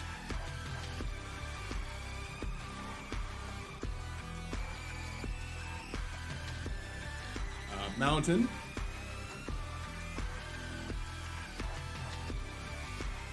Oh, come on. There we go. Fowl Watcher, the Night Horse Bird. Aeromoeba, another flying blue creature. Gilt Blade Prowler. Discard I guess this might be more along the lines of having cards in your graveyard, because Aeromoeba had to discard a card, and the Fowl Watcher has Delirium. For this, you can pay a life and draw a card. Activate only if you discarded a card. And it's a good, basic land cycle, so you discard it for its effect. That's the end of the comments.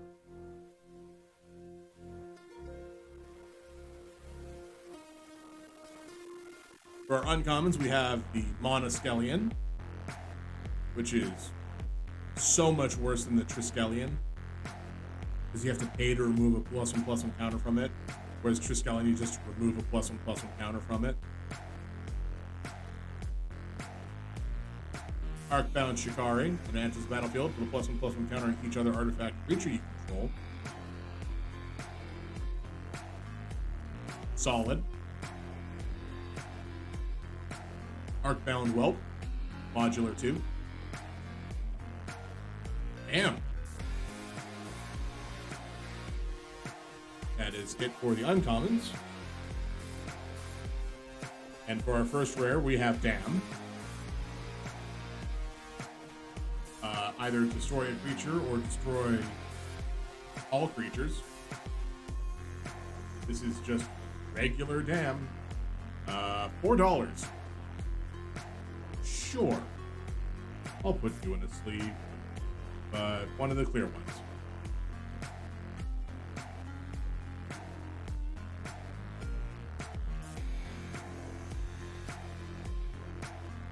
We have Greed.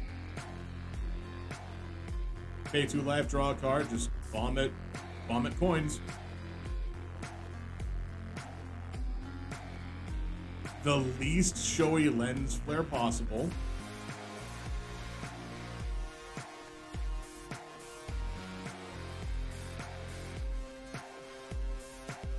Foiled Discerning Taste. Look at the top 4 cards of your library, put one in your hand, and the rest in the graveyard. And then you gain life with the greatest power among creature cards put into your graveyard this way.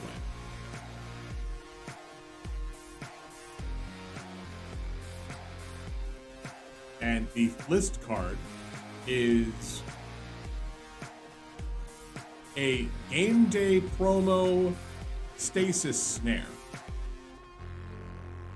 So if you played during Battle for Zendikar game day, you got this just for playing. There was a different promo that you would get for winning or for coming in like top 8 or something. But if you were there, you got this card.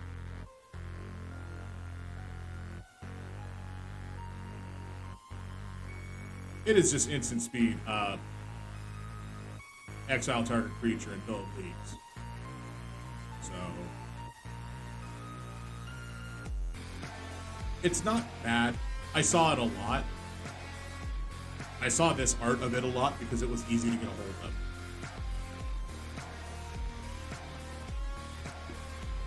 Alright, let's have a pour soda.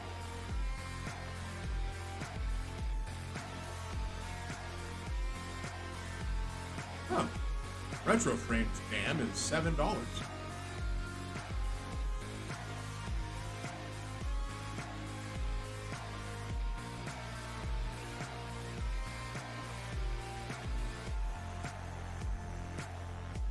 We got one of those from the last box.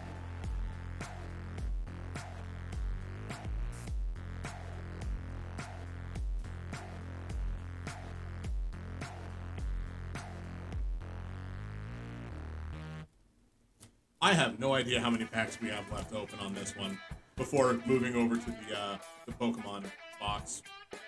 Come on. There we go.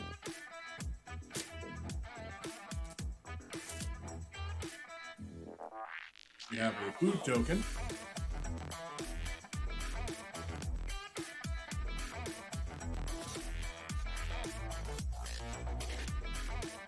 The other upside of doing this is because I have to put all of my garbage into a specific location so it doesn't blow all around my room. This does prompt me to throw away some stuff. Like I had food garbage, specifically packaging inside of the garbage container. So perhaps now I'll actually remove it from this room. Art is Glorious Enforcer. You remember her. We saw her a couple of cards ago.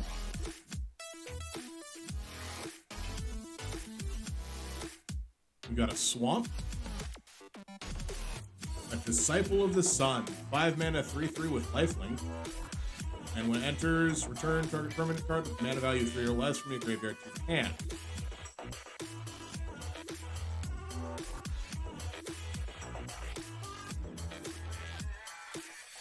Kyzerus Charger, a Pegasus, not a Nightmare for some reason.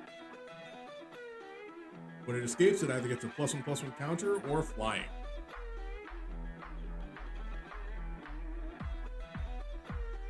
Otherwise, it's just a 3/2 for 3.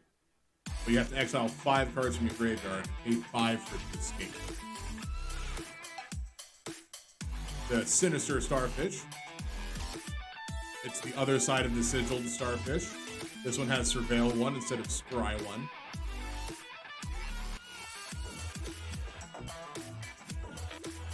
Echoing Return. Still a terrifying card. In the right deck. Landscaper Kolos. It's a goat beast that's 6 mana, 4/6. You're just gonna land cycle it. No one's gonna lie to us about it. It's just for land cycling. When it enters the battlefield, put target card from an opponent's graveyard at the bottom of their library. Nah, you just do this to look for a land. That effect is not important in any way, shape, or form.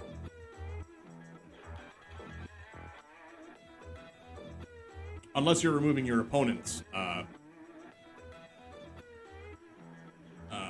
escape cards.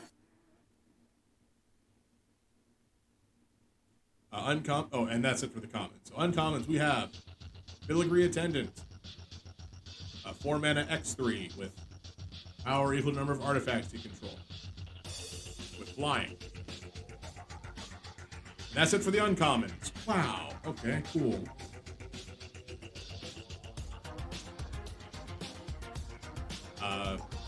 Rare is Sketched, Search the Premises. Whenever a creature attacks you or a planeswalker you control, investigates. I'll check that. Void Mirror. Whenever a player casts a spell, if no colored mana was spent to cast it, counter that spell. Which doesn't really matter as much as you might think. There are very easy ways to get around this. Unless, of course, your opponent's playing, I don't know, one of the Eldrazi Titans as their commander. So they have literal no colored mana in their deck. Either way, this card shouldn't be too much. Wonder, again, as I have made a statement last time, got upshifted to rare. Did not used to be rare, should not be rare. But here we are. Sorry, what Wonder does is, if it is in your graveyard and you control an island, all of your creatures have flying.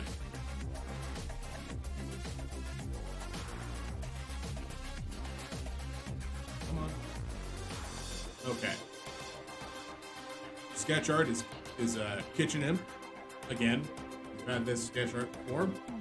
And then we have a foil Arcbound Shikari. So that's not bad. Alright, so Search the Premises was the sketch. Sorry, showcase.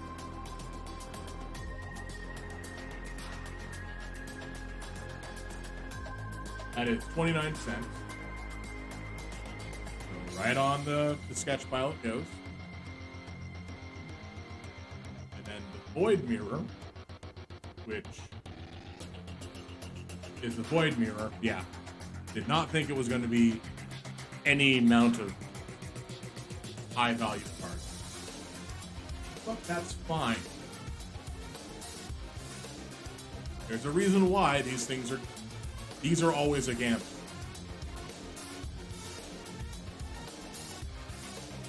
But when the choice is this or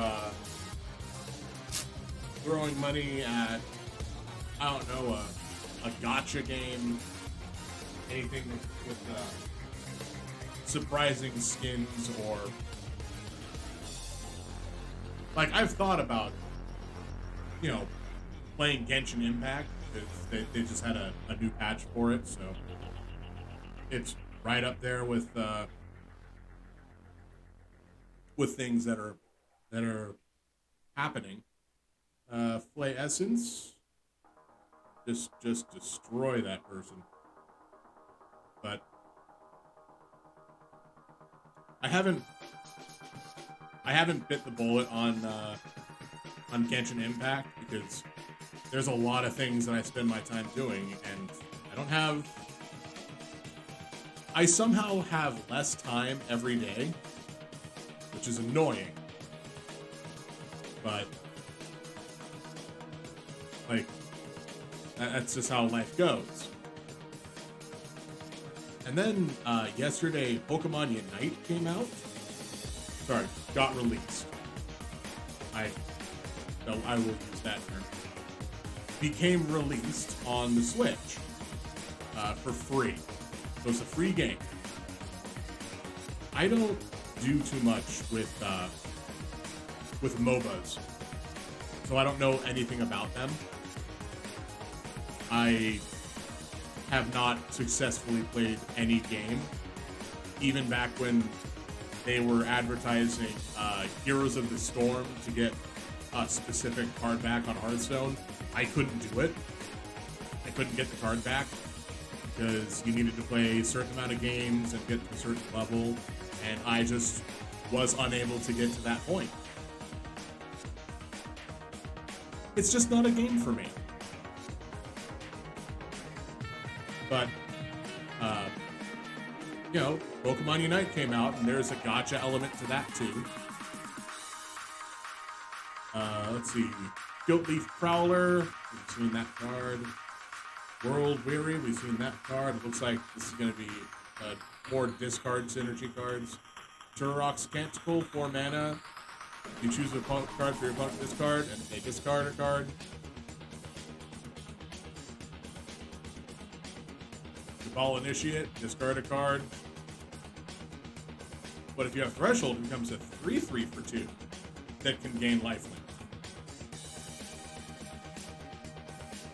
And that's it for the comments. Every single one of those was a black card except for the plains.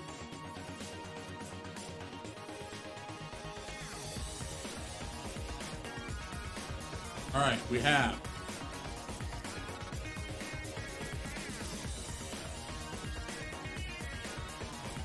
Batterbone, a 2 mana living weapon, which is a +1/+1, vigilance and lifelink. But it has equipped 5. That is way too much. Nope, can't do that.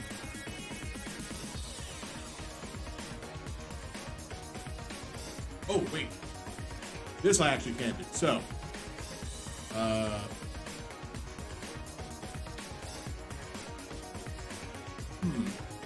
is it Combine Chrysalis or Combine Chrysalis? Like a Combine Harvester.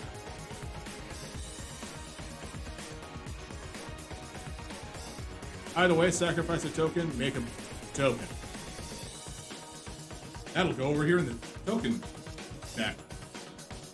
Whenever land enters the battlefield, make a food or a treasure. That will also go over here in that token deck that I'm trying to build. Press down. Creatures lose all abilities. That's probably not expensive. Patchwork Gnomes, discard a card to regenerate. I'm happy to see that that's the route that they went with this reprint, because one, it's more gnomes, which right before the Dungeons and Dragons set, which has probably more gnomes in it. But two, it's a reasonable discard outlet.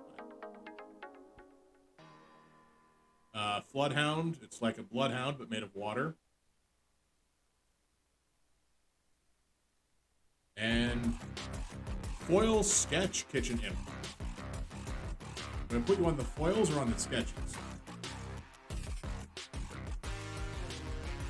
Do we have 3 Sketch Kitchen Imps at this point? Yeah, it's a good thing we know what Madness is. You go on the foil stack.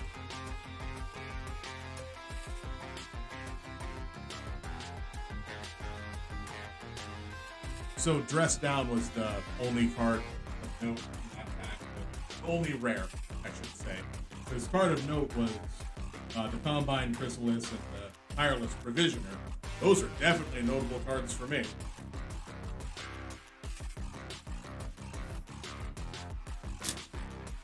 Oh, got a card from the list.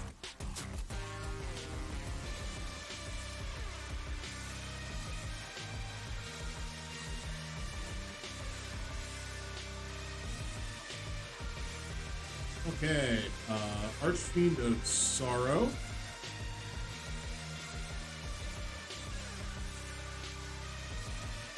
Neat art. Oil Mountain, but not that really nice mountain we had previously. This one's fine, I guess.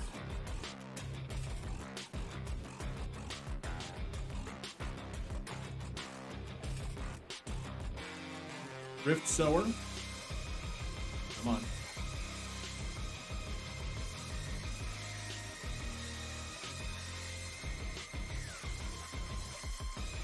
So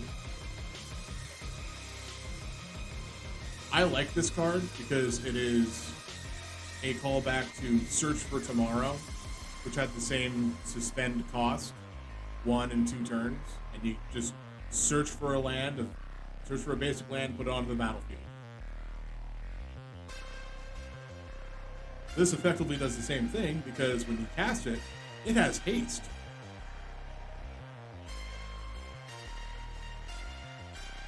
Slankwood's Bridge, Garblin Anarchomancer,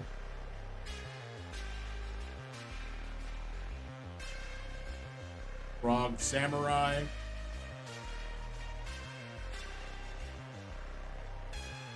is that what Abundant Harvest looks like? I mean, yeah, it's pretty close to the art from Abundance, but eh. Chatterstorm, not foil or old border, but that means I can reasonably put it into that pile without any concern. Sweep the skies, make some tokens.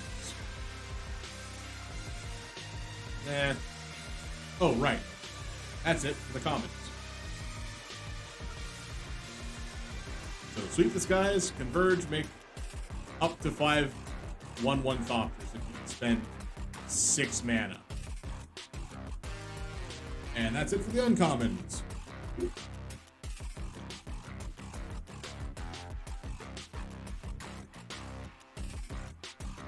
Obsidian Charmaw. 5 mana for a 4/4 with flying. When enters the battlefield, destroy target non-basic land. Opponent controls. And it costs 1 less for each land your opponent controls that could produce colorless. I don't know how many lands in this set could produce colorless. At least one, Mishra's Factory.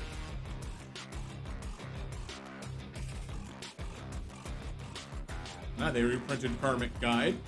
Good, good.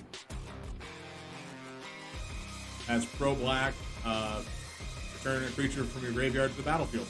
And it has Echo. Old Border Terminal Agony. It does look nice with the border.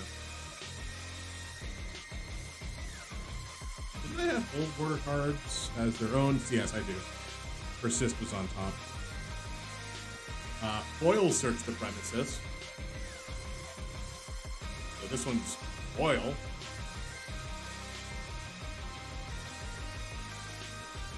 Oh! And the list card is Ishkana, the legendary spider from Eldritch Moon. So it's a 3/5 for 5 with reach. We've seen one of those already.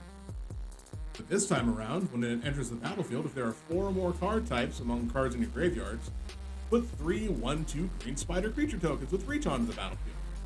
And then, this is a green-black card for the purposes of commander and color identity.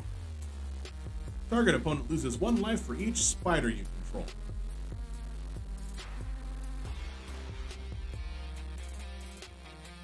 I don't know how much Ishkana is worth, but I'm gonna say probably not a lot. Frankly, those two are probably not that valuable either. Search the Premises. Foil goes on the foil stack. Just to keep things relatively the same. It was what? Obsidian Charmaw?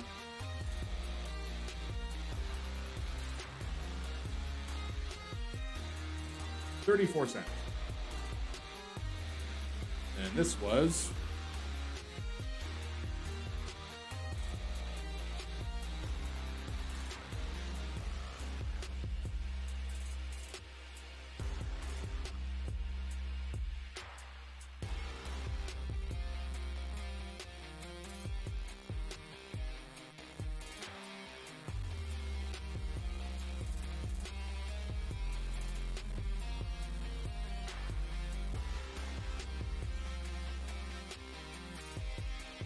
let's see.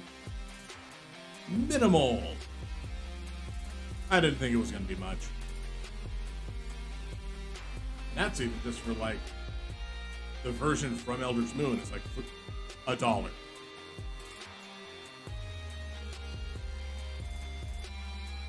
Whereas, oh come on, don't do this. The one from the list is 75 cents.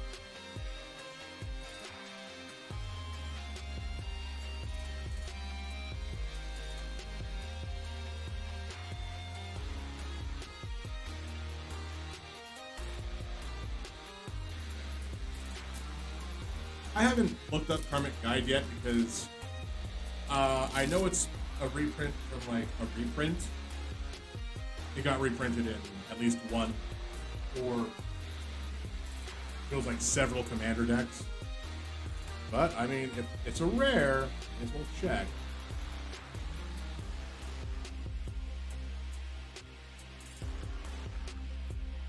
Yeah, 42 cents. Bird token.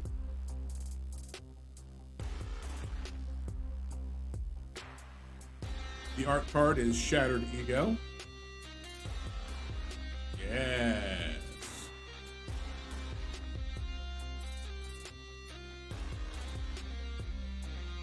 Man, just getting destroyed by water.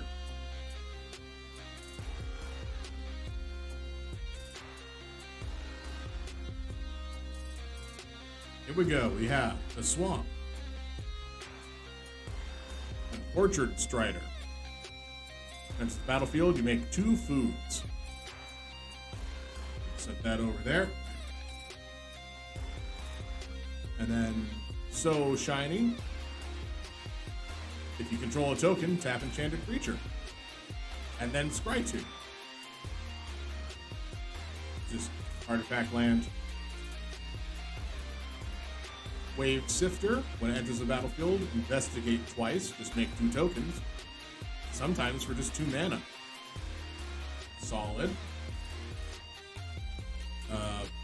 Burdened Aerialist. When it enters the battlefield, make a treasure. Whenever you sacrifice a token, it gains flying. No. Probably not that.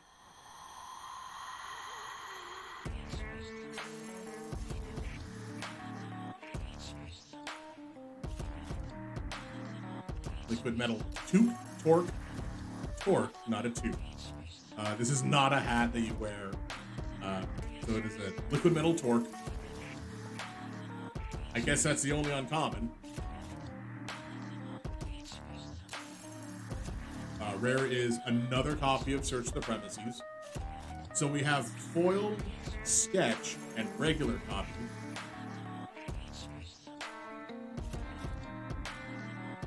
Copy of Nettled Cyst.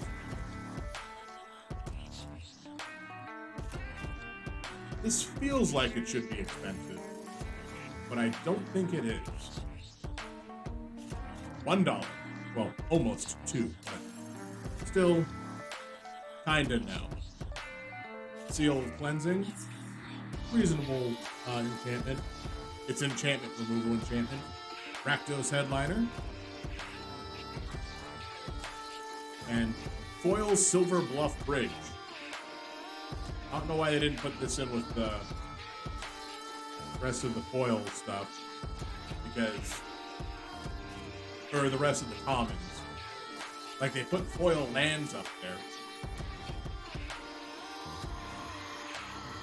Maybe because that's only basic land, and that's the only spot you can get a basic land in the pack.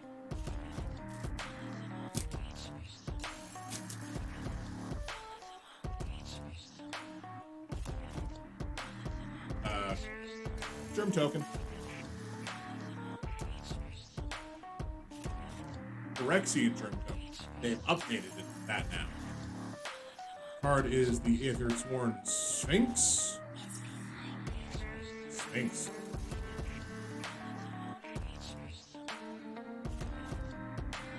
Oh, right.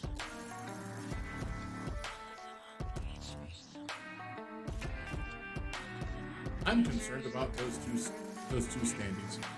All right, we have a Plains. And then Turok's Canticle. Looks like there will be a heavy discard theme in this set. the Ball Initiate, Mist Vault Bridge, which realistically I'll put over there. Dihada's Ploy. Draw 2 cards and discard a card. You gain life equal to the number. Sorry, you gain life equal to the number of cards you discarded this turn, which you can jumpstart within the same turn. So 6 mana minimum. You draw 4 cards and discard 3 cards. So you'll gain 4 life. Because you discard 1 card first. And if this is the first thing you cast, that's fine. And you discard a card to jumpstart it, you discard another card. So you'll draw 2 cards and then gain 3 life.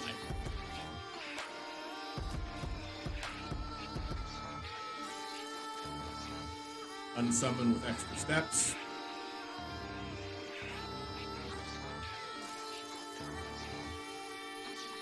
Barbed Spike.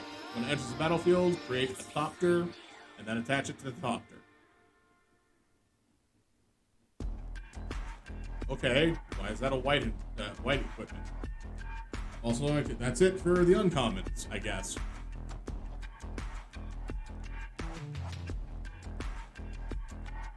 Alright, we have a Showcase variant Archon of Cruelty. When it enters the battlefield or attacks, target opponent sacrifices a creature or planeswalker, discards a card, and loses 3 life. You draw 3 cards and you draw a card and gain 3 life.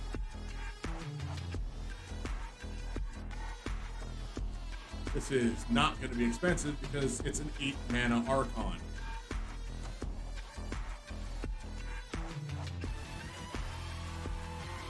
ARC8. Archon of Cruelty Showcase. I mean, it's still $3, so got a clear plastic sleeve for you, buddy.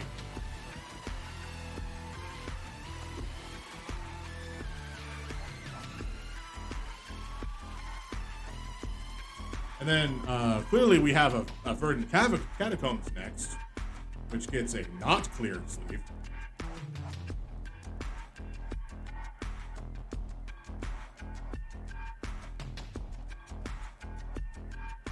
The Extruder, which we have seen once before, and I guess is a reprint, so fun. And then, old copy of the old Border Underworld Cookbook. Fantastic! That'll go great with my old Border version of. Oh God! Come on, I can do this. The foil is Shattered Ego. Do I really need to pick up a card to read her name?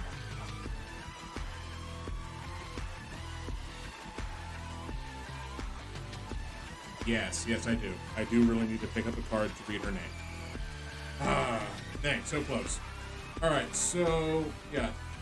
The old border copy of Asmarana...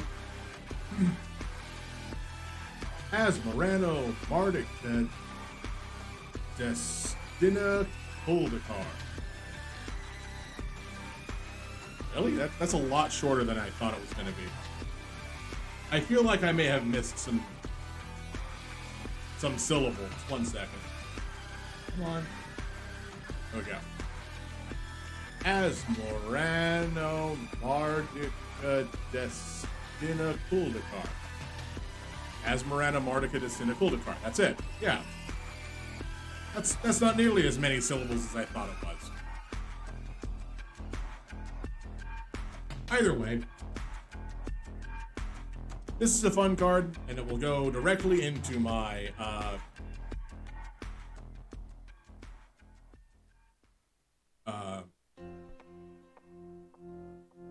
red-black discard deck from Commander, the Anya Falconwrath. That one.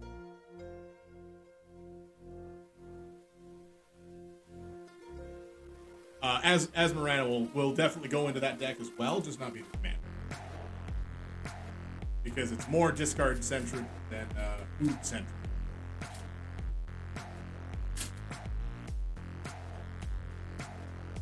Alright, Squirrel token. So no list card.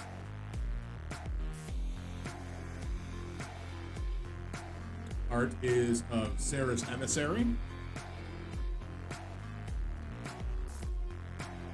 Not bad. I've only opened one signed art card though. So, then we have Mountain. This is that one mountain that we got in foil that I really liked the just basic look of it. It's a good solid mountain. It's a good mountain brawn. This Vault Bridge. So I've already put one over to the side. The Hottest Ploy. These are not focusing in. Come on. There we go. The Hottest Ploy. Recalibrate.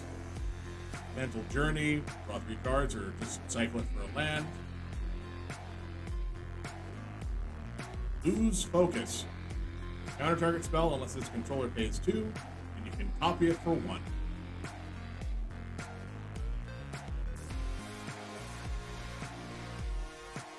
So for every more 1 you pay into it, your opponent must play 2 more.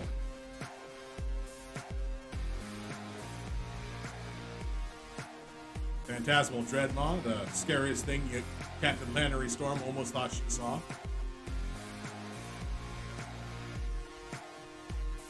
That's it for the comments.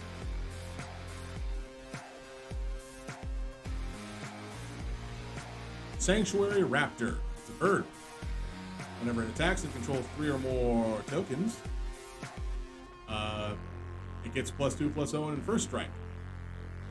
So it becomes a 4/1 with first strike and flying. And it's an artifact. So that's not nothing. That's it for the uncommons. For rare, we have Dermo Taxi. Also, I mean, this isn't really Weekend at Bernie's, but it's Weekend at Bernie's. That's all this is. That is what this card is. Dermo Taxi should not be an expensive card.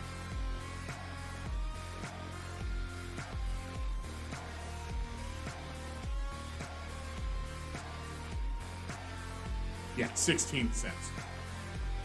Flame Rift, 4 damage to each player. Solid. Rainstone, Old Porter, nice. You could have gotten my hopes real high with that one. Shiny Razor Tide Bridge.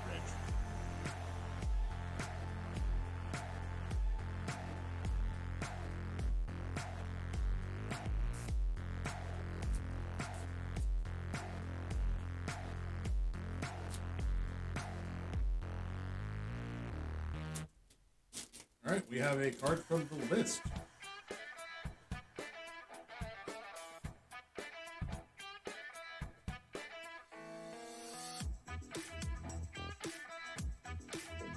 Art is Mystic Redaction.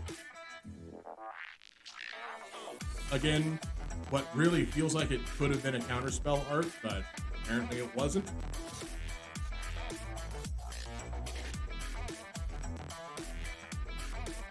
Island. Arcbound Prototype, a 2-mana 0/0 with modular 2. Yeah, so it looks like white and red is the Arcbound draft format for this deck.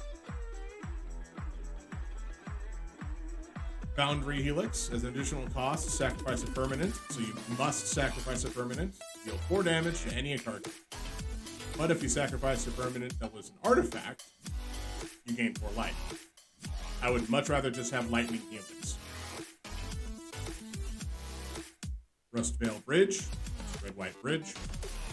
Arcbound Slasher, the modular cat with Riot, so it can come into play with an additional +1/+1 counter, or haste. So it's either a 5-mana 5/5 or a 5-mana 4/4 with haste.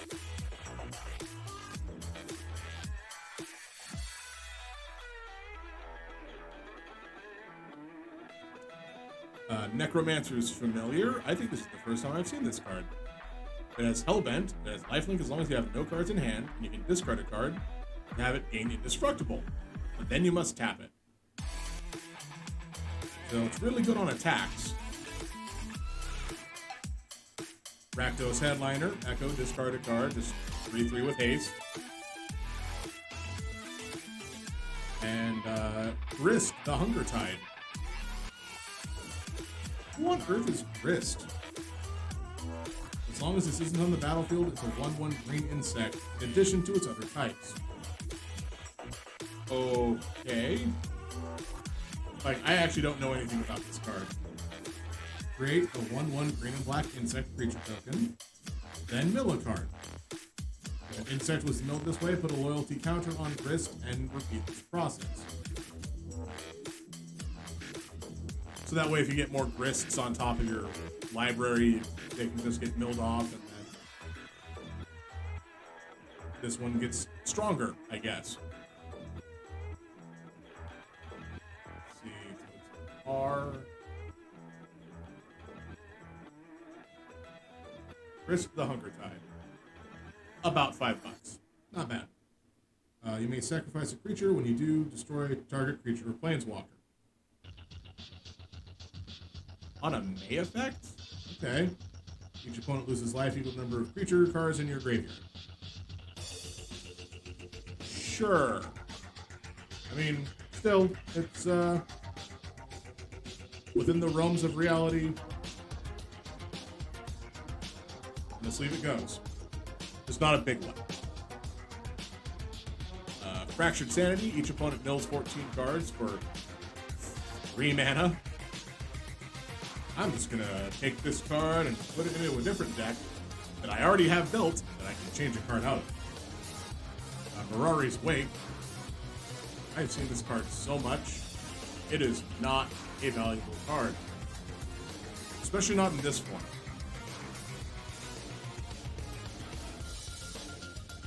Apparently, it's still almost $5.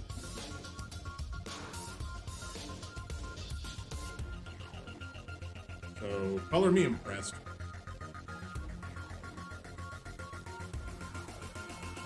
I'm starting to run out of these cheaper sleeves.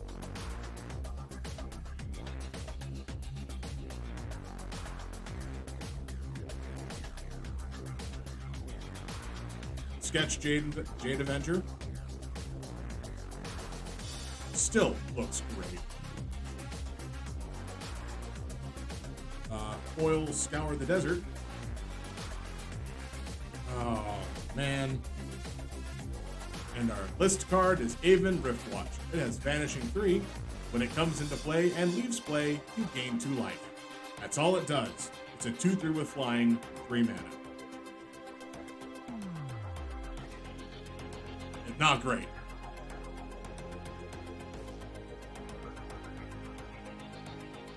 Well, I feel like list cards related, we have gotten not a good selection of them. I don't think I've been excited about any of the list cards I've opened today.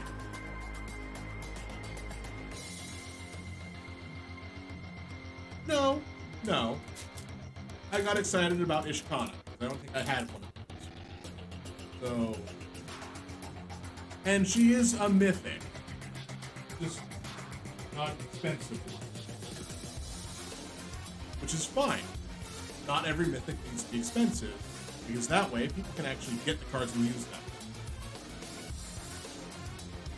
Like, not every big, was it blue token?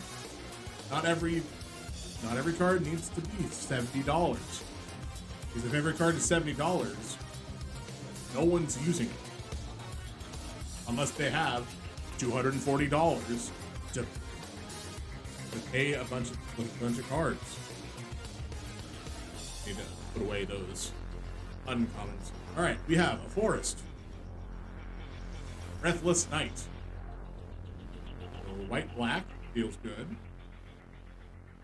Sojourner's Companion, Affinity for Artifacts, and Artifact Land Cycling. What's that have to do with whenever a creature enters under your control if it came in from the battlefield? discarding. Ah, yes. Return a creature card from your graveyard to the battlefield. Then put a creature from your graveyard into your graveyard from your library. Reasonable. That's kind of the feeling of the sub theme there. And that's it for commons. Uncommons, we have the Vodalkin Infiltrator, whose fingers are turning into lockpicks apparently. Can't be blocked. It's +1/+0 as long as you have 3 or more artifacts. I'd rather games can't be blocked if you have 3 or more artifacts. But that's just me. Brainstone, artifacts. It's not good. Lonus, the cryptozoologist. Whenever another non-token enters, investigate. Sacrifice X blues. But I'm running black. Target opponent reveals the top X cards to the library, and they put a non-land permanent of X or less, and then that player puts the rest on the bottom.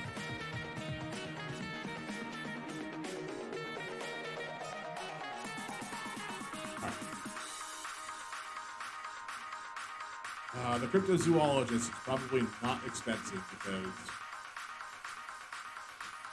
let's see, Bonus, 28 cents.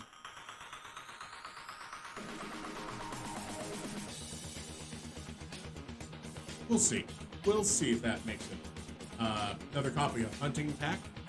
Make 4/4 beasts with Swarm. A sketch of Gargadon.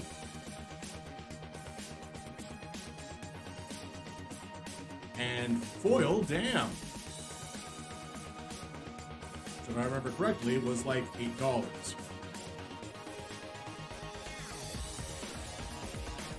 So I will absolutely put this in one of the normal sleeves.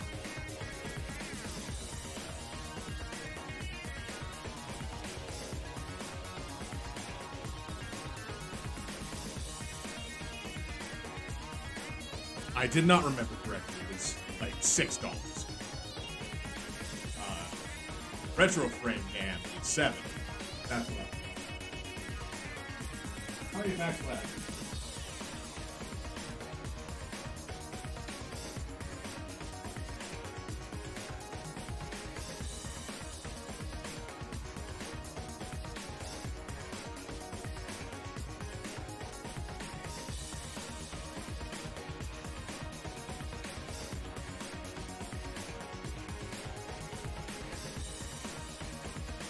Six packs left of this box. I guess we'll open the middle two first.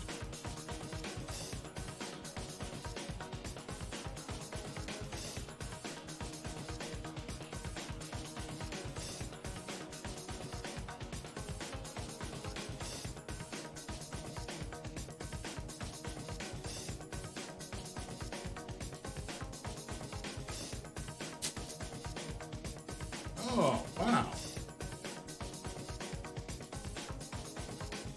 Got all the way this far, and we just finally hit the play a different card format. Or play a different minigame card.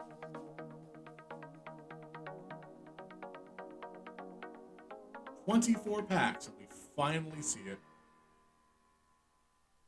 Or, I guess 25, because this is the 25th. Tangle Pool Bridge. The green-blue one.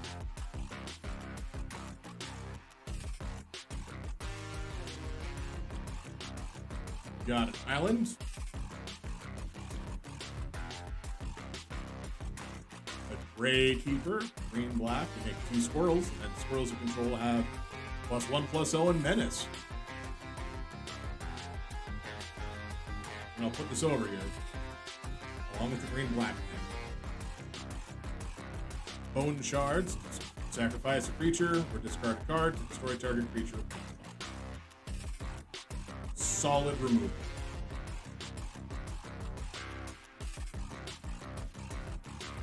We've seen Funnel 11 blues. It's the 3-mana, the 5-mana 3/5 with reach.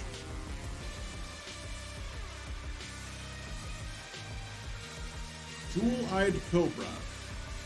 3/1 with Death Touch, and when it dies, you make a treasure.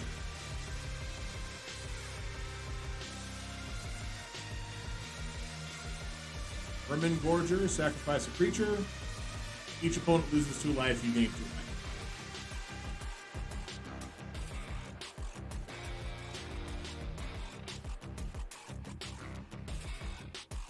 Radiant Epicure.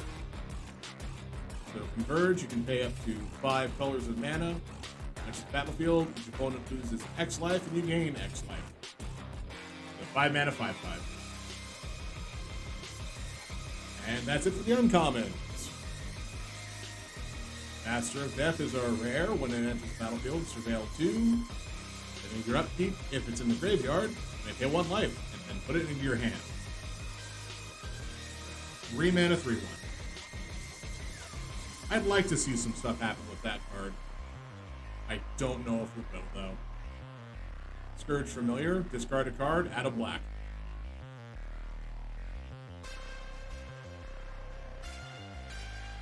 A Showcase of Late to Dinner. And a foil Scophos Reaver. I didn't bother to check the Minister of Death. Because... Sorry, Master of Death.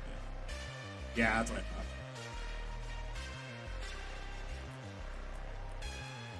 Not a lot.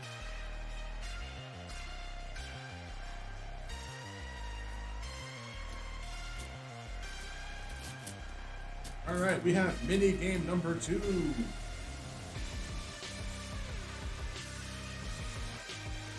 first mini game was Foraging Squirrels. This mini game is Winchester Draft. This just tells you how to Winchester draft.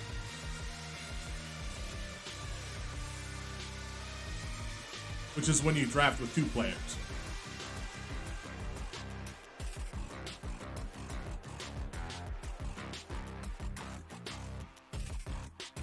It's not really a mini game, it's a separate kind of draft.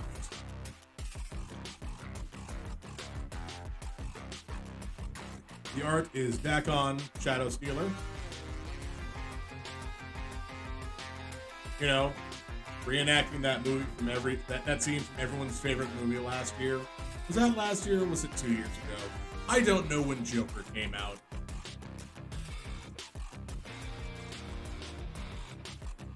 But I never watched it. I don't watch a lot of movies. They take time. Time that I don't have because I should be using that time doing other stuff. Like playing Final Fantasy XIV. Or World of Warcraft. Or Hearthstone. Or RuneScape. Or Ragnarok Online. I can keep going. Animal Crossing. Swamp, we have. And then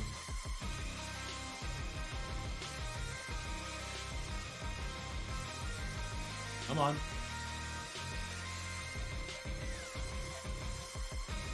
Urban Dagger 2.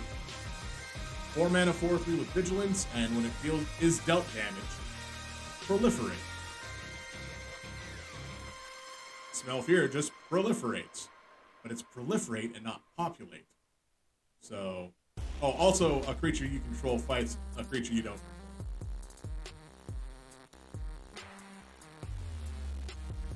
Duskshell Crawler enters the play with a +1/+1 counter on a creature. And each creature with a +1/+1 counter on it has trample. I like that this is on a cheaper body now than Beyond. Bannerhide Crushok. 4/4 with trample and reinforce 2 and scavenge. So you can just put a lot of counters on things. Guardian Kieran. Whenever another creature you control dies, put a +1/+1 counter on this creature. There's a lot of +1/+1 counter stuff going on. If only we had some sort of payoff for it. Deepwood Denizen. Sorry, I gotta refresh this. There we go. Alright, draw a card. This ability costs 1 less to activate for each +1/+1 counter on creatures you control.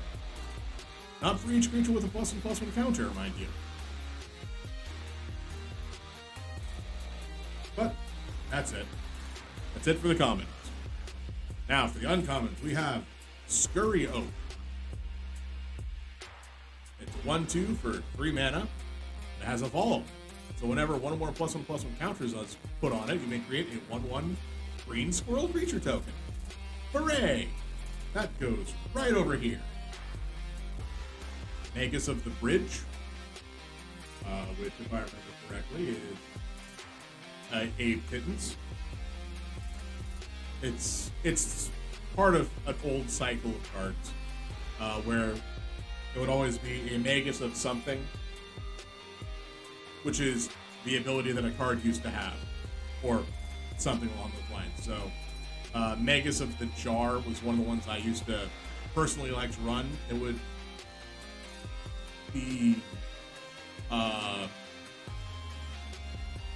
want to say Cyber Jar, but this isn't Yu-Gi-Oh! No, I'll use a different one. Magus of the Moon from a previous set as well would be Blood Moon, which is all non-basic lands or mountains, but on a body. Or Magus of the Wheel is discard. Each player discards their hand and draws 7 cards. Is Wheel of Fortune, but on a body. This is Bridge from Below, but on a body. That doesn't make it better. Because whenever a non-token creature is put into your graveyard from the battlefield, make a zombie token.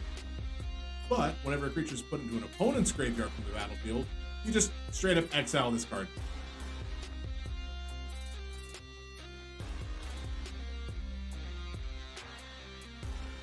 We have a Zuran Orb.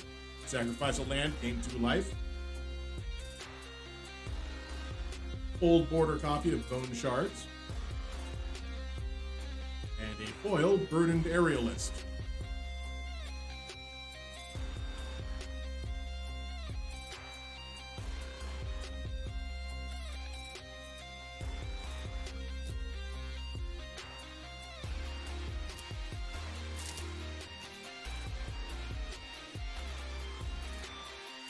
Token.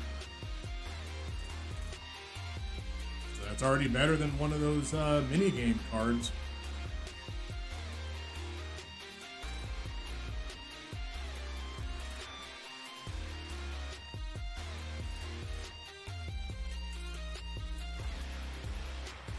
Art is of Squirrel Sovereign. Yeah, that's some good art. We have a foil Swamp. So the question is this the foil? Because I have not been paying attention to whether or not the land being the foil is the foil or not. Bloodhound. Parcel Mirror, so we're getting a lot of clue theme. Crack Open. Destroy an artifact or enchantment, make a treasure token. Hard Evidence. Make a crab and a clue. Get yourself a crab clue.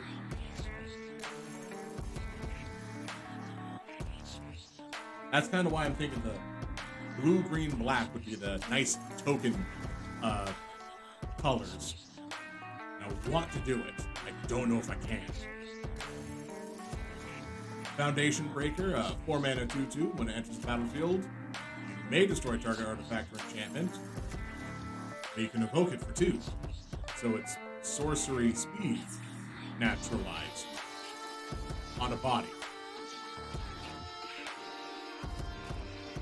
Steel Dromedary. It's a 3 mana 4/4. Doesn't untap. If it has a +1/+1 counter on it, enters the battlefield tapped. You may begin combat. You can move a +1/+1 counter onto a creature. Not the best.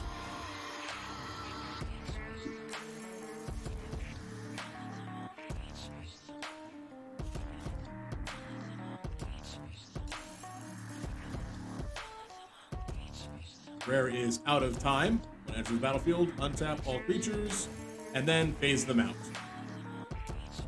I put a time counter on this until each creature phased out this way. So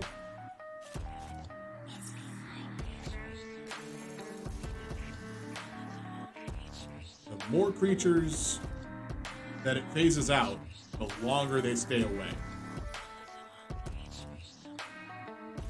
That's not bad. That's actually okay because this is non-targeted removal. It's all creatures.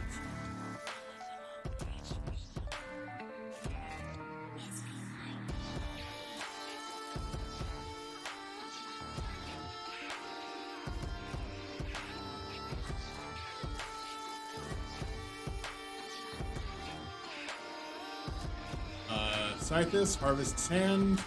If you cast an enchantment spell, gain a life, draw a card. 2 mana, 1/2. That's an enchantment creature. And a legendary, so. Scythus.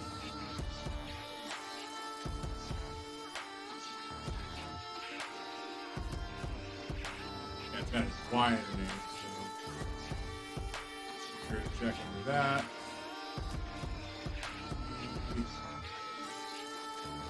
Oh, like $2 because she's okay as commander. Mog Salvage. I don't like that this card got reprinted. If you control a mountain and your opponent controls an island, then you can cast Destroy Target Artifact without paying anything.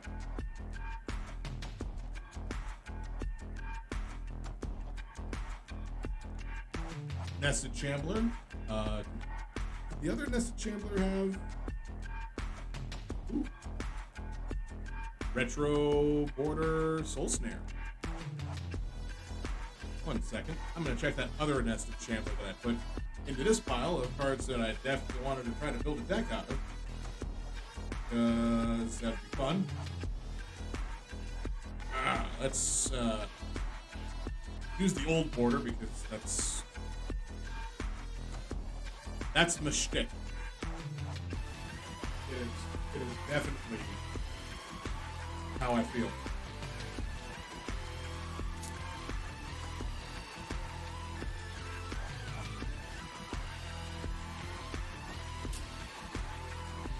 All right, 3 packs left. One that I'm opening right now, and then 2 more. We have a list card, possibly our final card.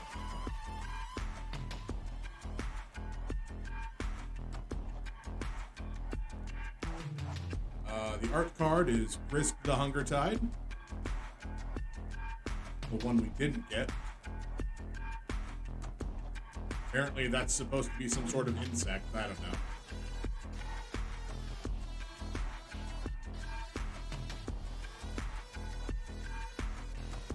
We have a Plains. Come on.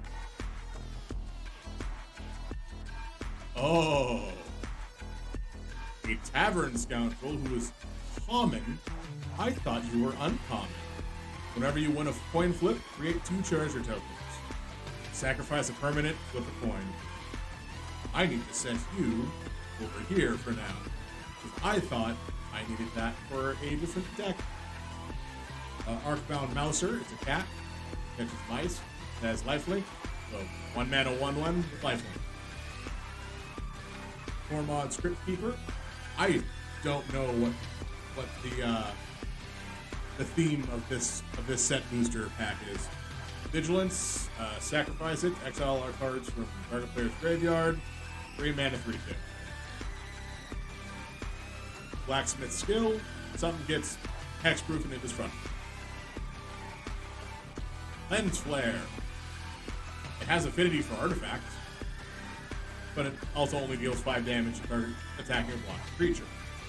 That is it for the comments.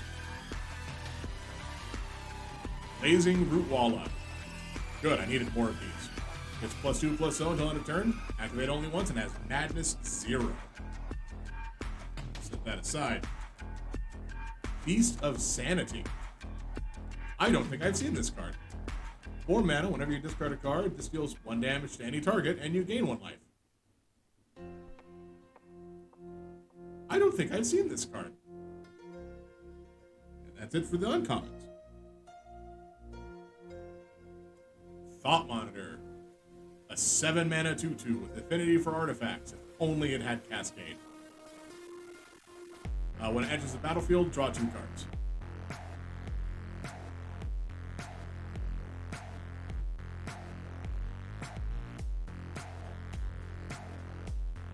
Huh. $2.50. Solitary Confinement is definitely not $2.50.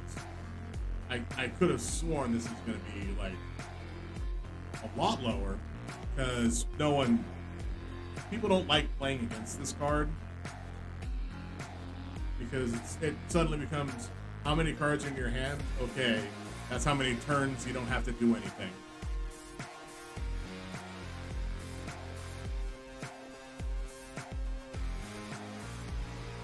Yep, cents on the dollar. Marble Gargoyle, old frame. Crack open. Foil.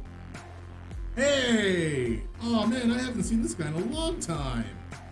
This is the first list card I've actually gotten excited about. Because it's Nezumi Grave Robber. I used to run this card a lot. So, pay 2, remove target card from an opponent's graveyard. If there are no cards in that graveyard, flip Nezumi Grave Robber. Not transform, flip. Because on the other side is Night Eyes, the Desecrator. And you just pay 5 mana to put a card from a graveyard into play under your control.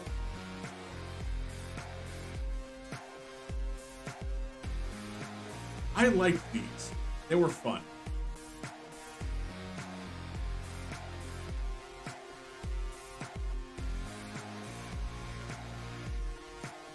Okay, if that was the last list card, I don't feel bad about it.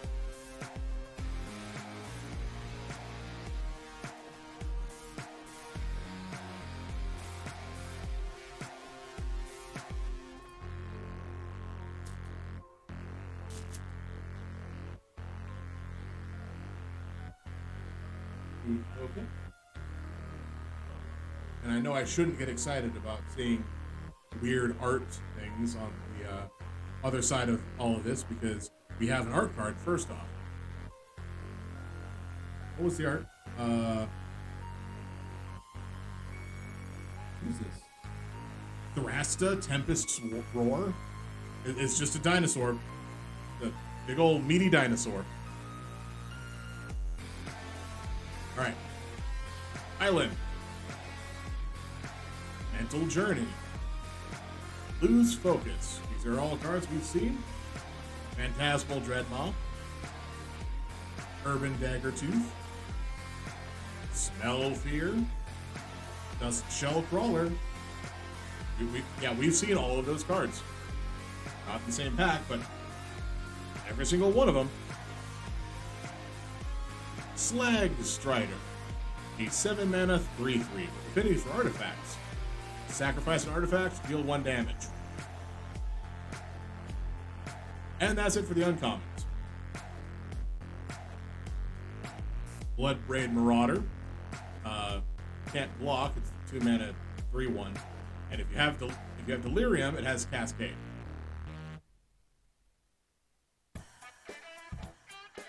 I don't think that's any good of a card. Like, I don't think that card is good. Bloodbraid Elf was fine. I don't even know what rarity Bloodbraid Elf was. I think Bloodbraid Elf might have been uncommon. It's possible it was rare,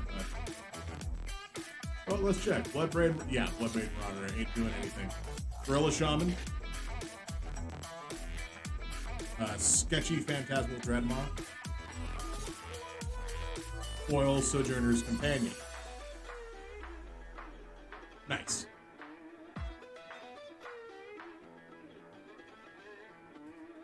This is the last of the set boosters that we have.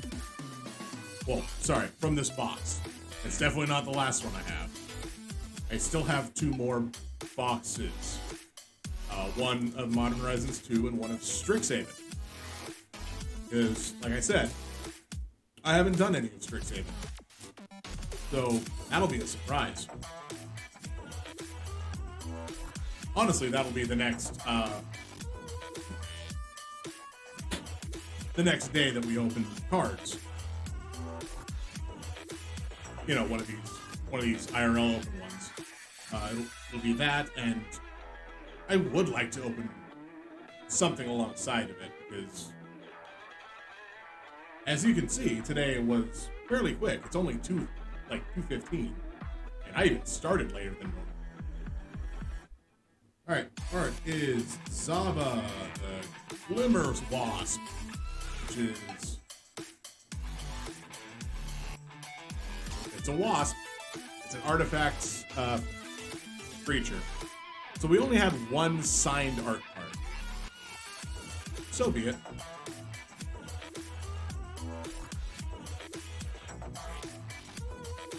All right.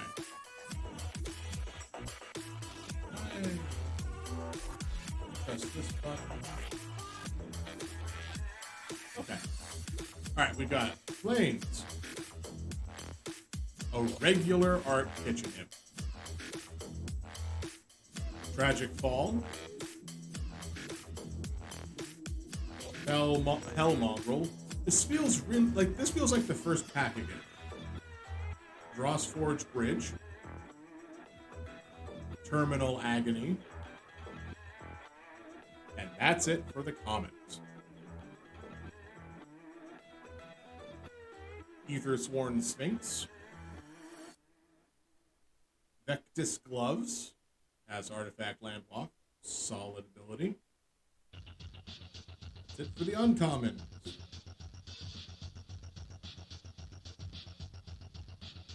And we have Sarah's Emissary. I'm just gonna check right now. I can get that very quick. $2. Yeah, Sarah's Emissary. And a Squirrel Mob.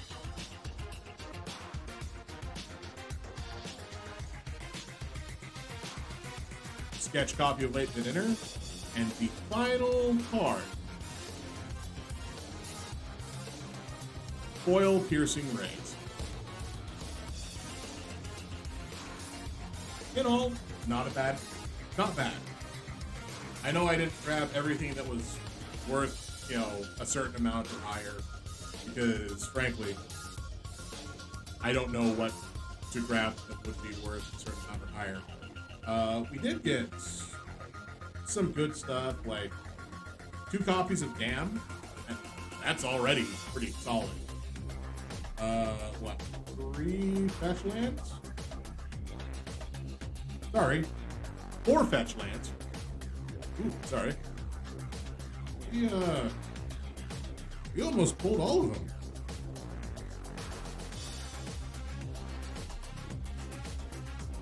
Hilariously enough, sorry. Yeah, we almost pulled all of them. The one I didn't open is Arid Mesa, the one I need 4 copies of.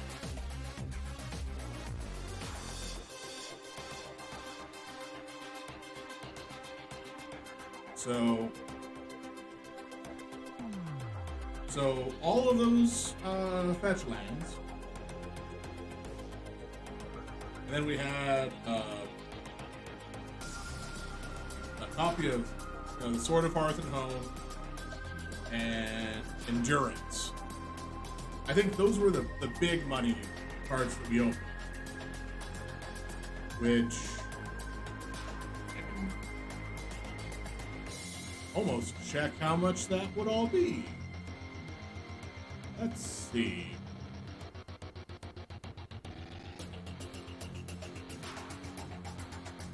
Nothing's in a retro.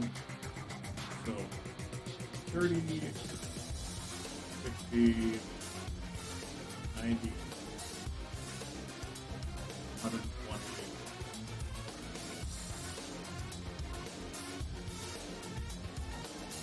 Basically.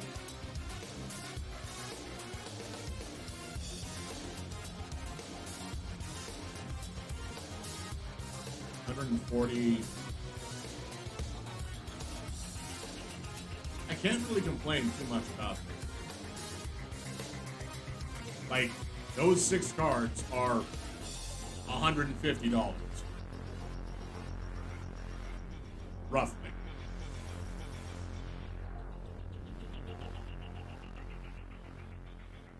And how much does a box of Modern Horizons 2 cost now?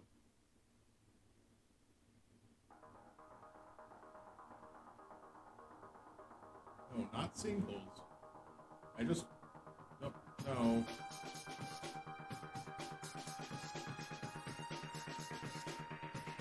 PCG player, you're not helping me out here. I specifically selected Seal.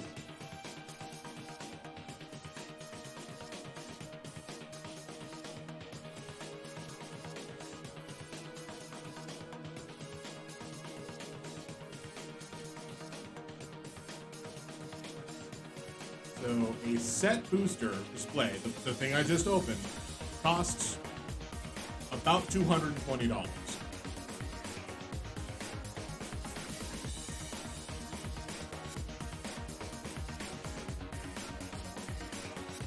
That's not that bad.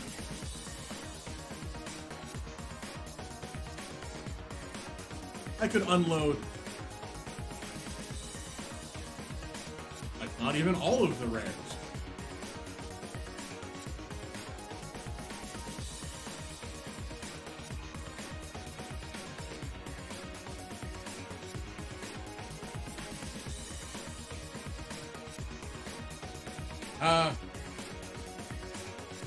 Actually, yeah, maybe all the rares. Maybe I would have to unload all the rares.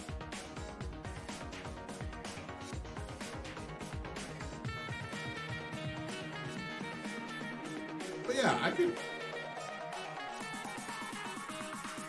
Yeah, I don't feel bad about that. We could unload the cards and get another box with what I've opened.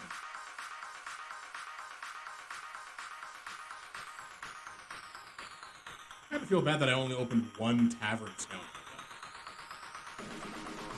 But now that I know he's common, I can look into the box for any other more copies of him. Alright, in the meantime, I think I need to maneuver some stuff around. Because this box is done.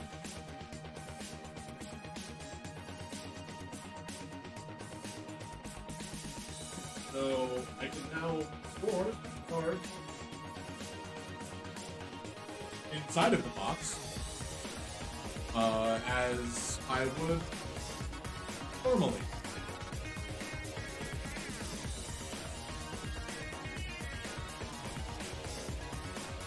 Whoops. Whoops.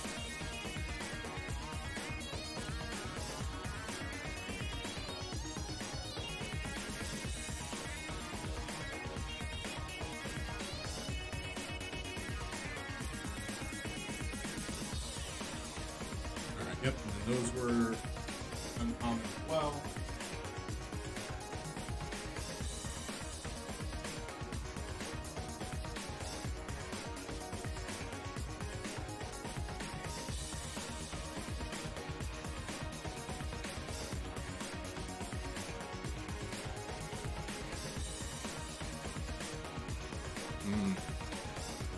Cleaning up.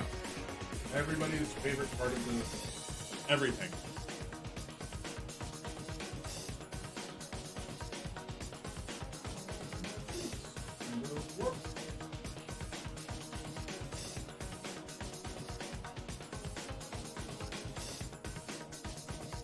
Yeah.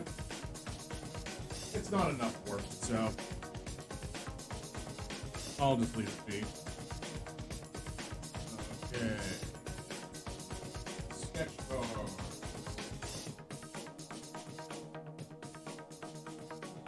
Foil cards.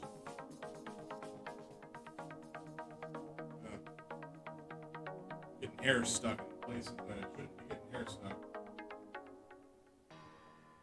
Tokens.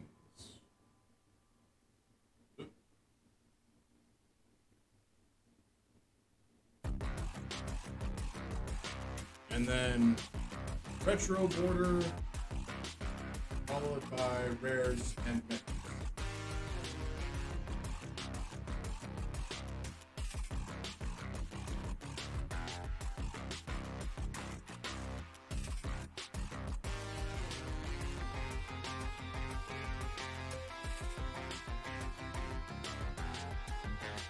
Those cards I'll leave aside because I still have one to build dumb things. And then, of course, our one single solitary signed art card.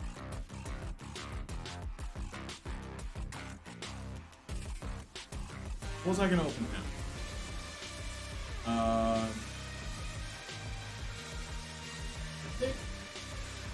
Yeah.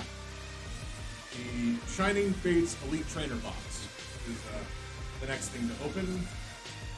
I keep forgetting to grab something to actually open these plastic packages with. Especially since I don't have tactile fingers right now because of the gloves.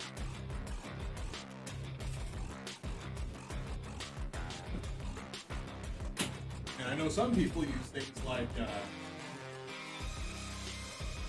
box cutters or safety knives, and I don't want to because I don't feel safe around a box cutter or a safety knife.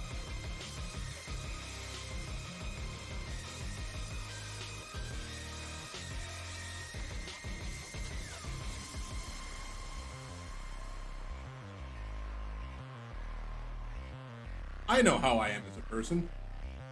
It is, not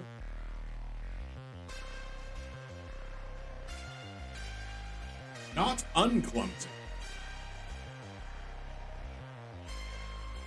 Alright, so, I know I just covered up a lot of the stuff. Shining Fates, Eevee, Elite Trainer Box.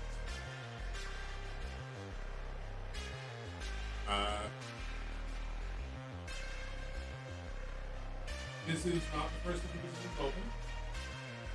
Every time I've just disposed of that with cardboard insert. All those packs of Shining Fates. Probably not going to take everything out. Got the Eevee card.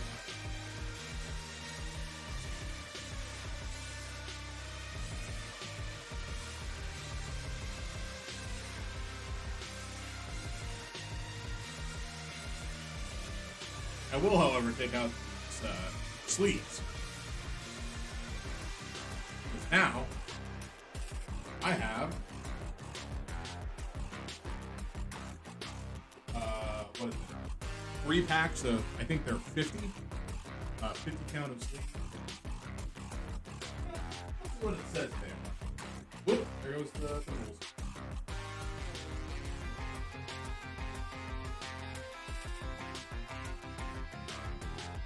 Supposedly 65 sleeves. So, if I have a 3-pack, that means I am like 5 sleeves short of sleeving 200 card decks in Eevee series. Okay.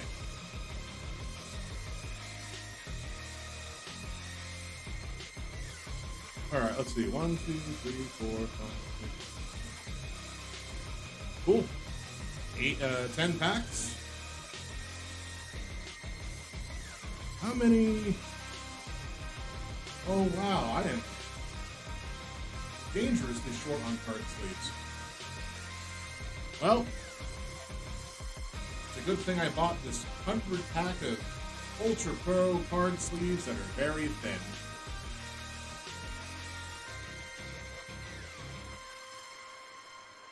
$100 for $1. It's not like I need to be super protective, just mostly protective. So, Shining Fates. And as always, I will not be showing the code card. Because, I don't know.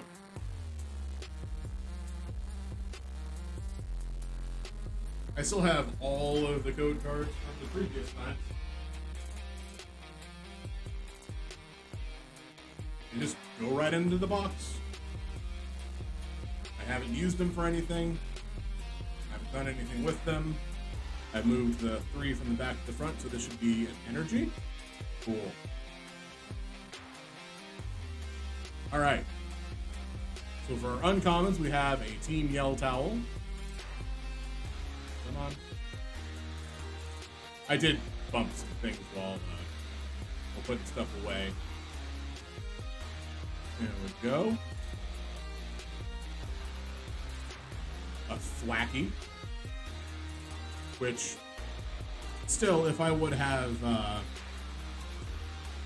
actually gotten Sword and Shield, I still could.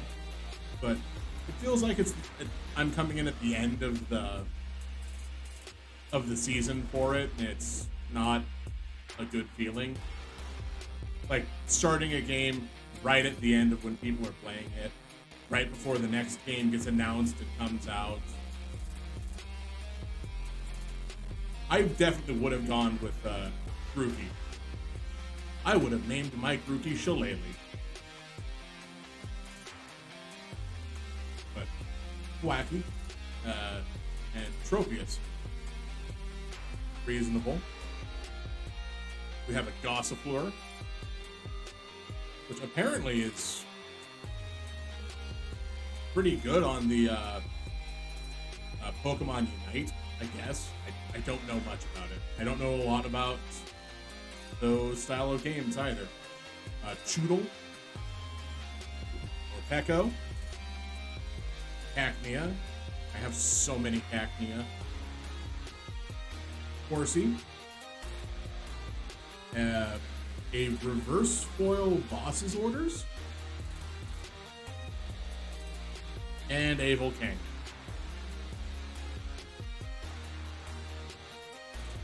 Well, that's unfortunate.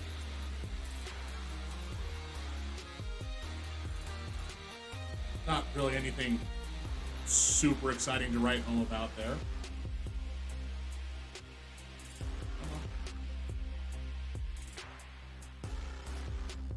Although the reverse foil boss's orders isn't awful.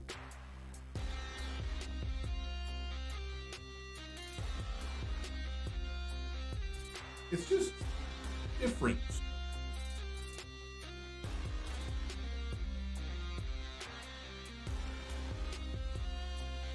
Alright.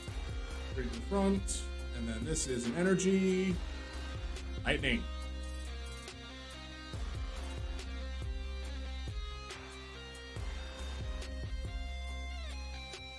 We have a Rotom. Eldegoss. And another Tropius, so we're good on Tropius. Weasel. Coughing. Shinx. Grookey. Trapinch. A shiny Wooloo. So that's a good one. And a regular foil Thievul. So this is already a weird situation because I have 4 different piles for, I guess, for rares, because Wooloo, I believe, qualifies as a rare.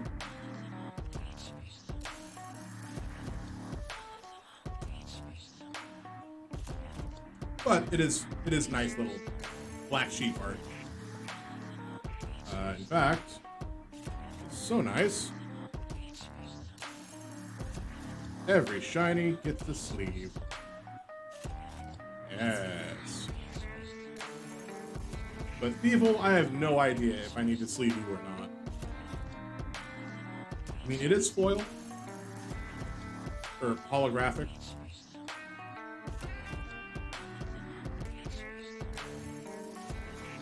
And Boss's Orders is reverse foil and still a rare. So, like, I don't know how much I need to worry about differentiating reverse foils and rares.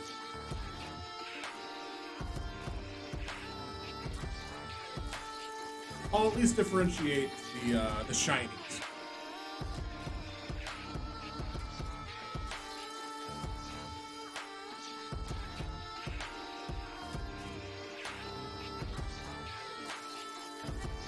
Back to front. This is an energy. It is. Cool. A second psychic energy. We have Atropius. We have enough Tropius. Gym Trainer. And a Floatzel to evolve from our Buizel. A Yanma. A Coughing. Morpeko stealing food from Shuckle and whatever that bird is. Horsey. Spinarak.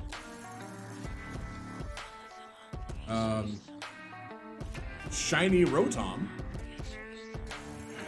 Well, like I said, every shiny gets a sleeve. And also, a Dreadnought.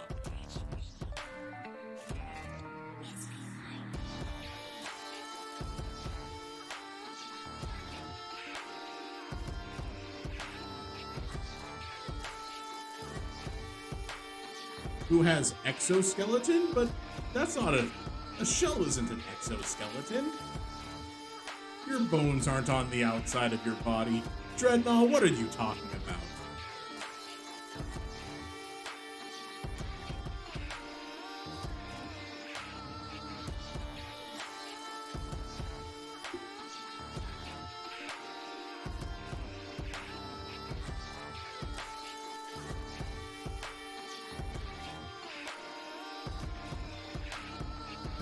And so the upside is, even after these 10 packs, like, you still have one more pack of Commander Legends that we can open up.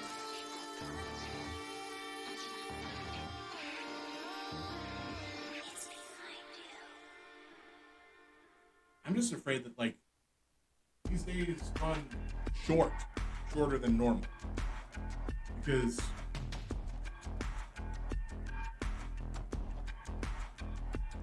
of content. Yeah, Steel Energy, nice. I remember when Steel wasn't a thing, like, just in general. We have Gym Trainers, Cramorant, who doesn't know Surf, even though that's its ability. And what is this, Tropius number? Have we gotten a Tropius out of every pack? I believe this is in fact Tropius number 4. Spinarak, a Rowlet,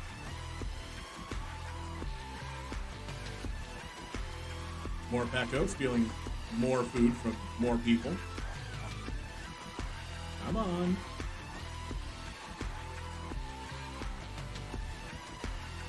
There we go. Yes. Nickit. Eevee.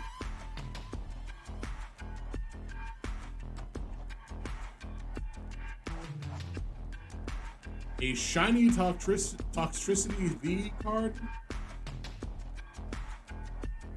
And a Crobat V Max card.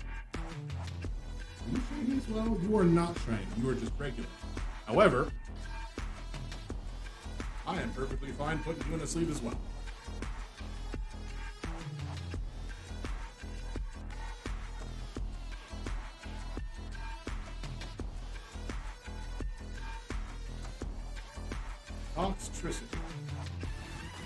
interesting. You're an electric type Pokemon with an electric move Poison Jab.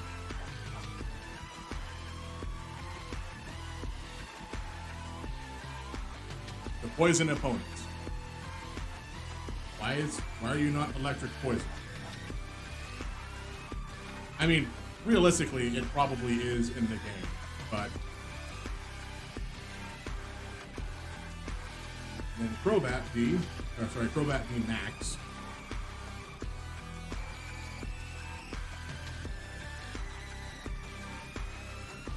Still looks pretty nice. However, that is, again, an additional pile. Because there were no other VMAX cards. At least the Toxtricity can go onto the shiny Pokemon stack.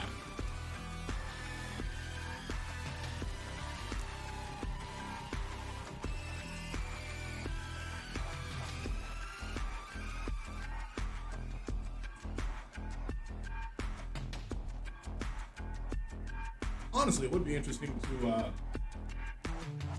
get some other sets of Pokemon that don't always have, the white card. So you can be like, oh, is it a surprise? Is it not a surprise? I don't know.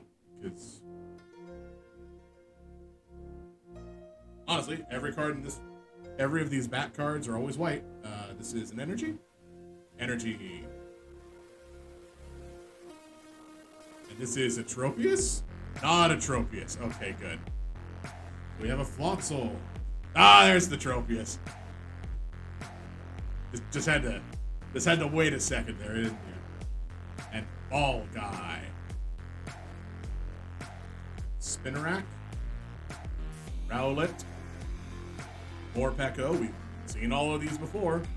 Like in just the last pack. Nickit. Eevee. A reverse foil Choodle. And a Manaphy. That was a non-impressive pack.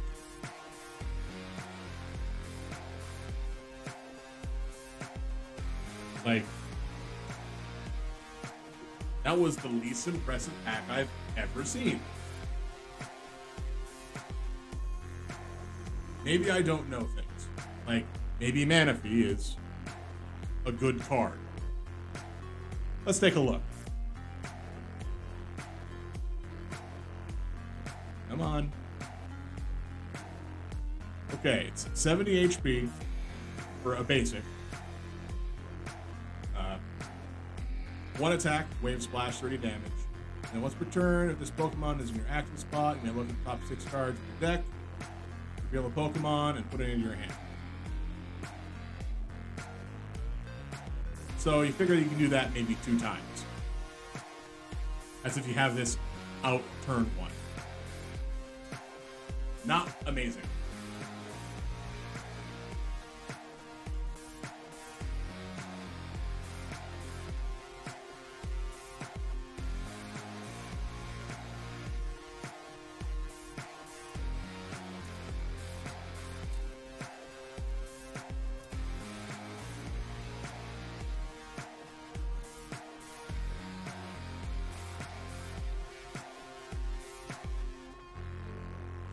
Okay.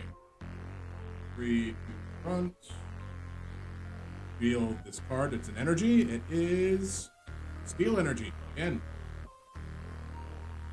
Well, the last Steel Energy pack we had was pretty good. Cramorant. Rotom. Rusted Sword. We finally get a pack without a Tropius. Trapinch. Yanma. Coughing. Morpeko. Horsey. Reverse Hollow Yanma. And a Manaphy.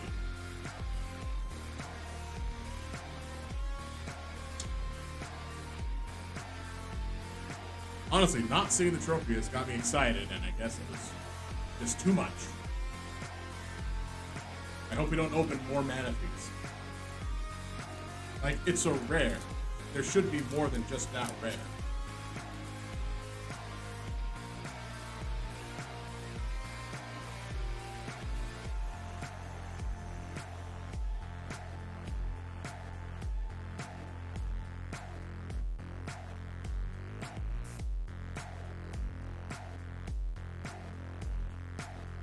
energy.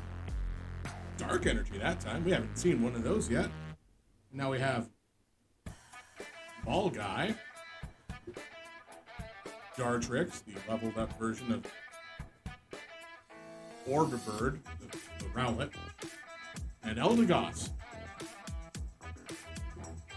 Still not Tropius, so I'm happy. Trapinch. Yanma. Coughing. Morpeko. Horsey. I'm sorry, what? Shiny Galarian Stunfisk. That is horrifying looking. And Professor's Research. I'm glad to see Professor Oak got reprinted as every professor. That's fine. As I said, every shiny gets a sleeve. Even if you are an abomination.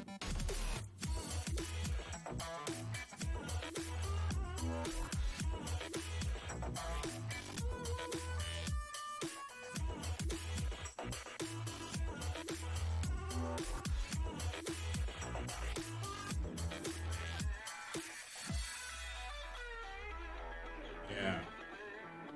This Pokemon is in the active spot. It is damaged by an opponent's attack. Discard an energy card from the attacking Pokemon. It just looks... Why? Why is this a Pokemon? And because it's a regional variant, it doesn't even explain anymore that it was a sunfish.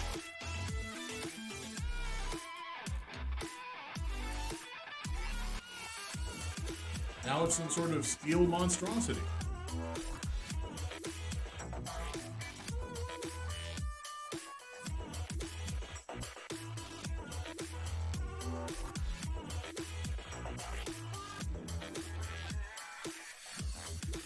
Oh.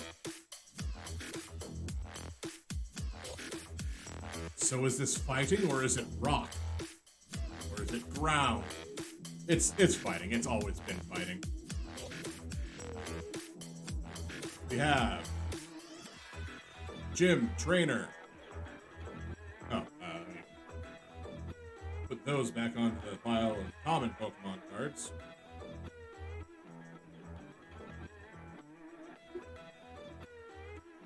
Floatzel. And a Team Yell Towel. That's fine. We have a Cufant. A Choodle, which we definitely had plenty of Choodles. Yanma. Morpeko. Eevee. A Reverse Hollow Spinarak. And Boss's Orders.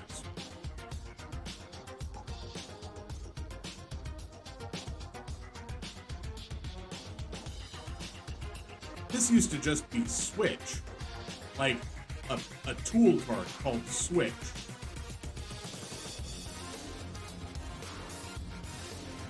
But now it's a supporter card that you can only use one a turn.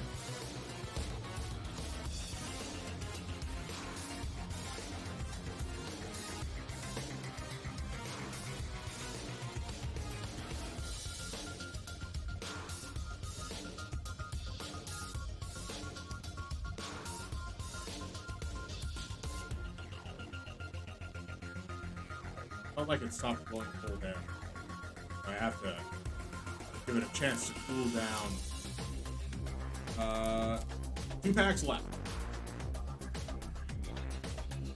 It's possible. Like, I might just end today fairly early.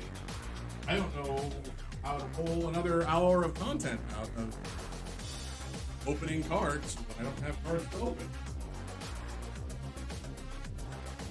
But like I said, we still have, this pack, one more, and then one pack of Commander Legends. Grass Energy. Then, it's the boy Tropius. Everybody loves to see him. In fact, when he's not on screen, everybody should be asking, where's Tropius? Come on. Focus. Oh, you're just not focusing for me right now, are you? There we go. Yep. Tropius. Gym trainer. Rotom. Then we've got a Trapinch. A Yanma. A Koffing. More Peko. A Horsey. I thought I was only going to get one Tropius in a pack. No, I have to get two. This one's a reverse holo Tropius. And a Dreadnought.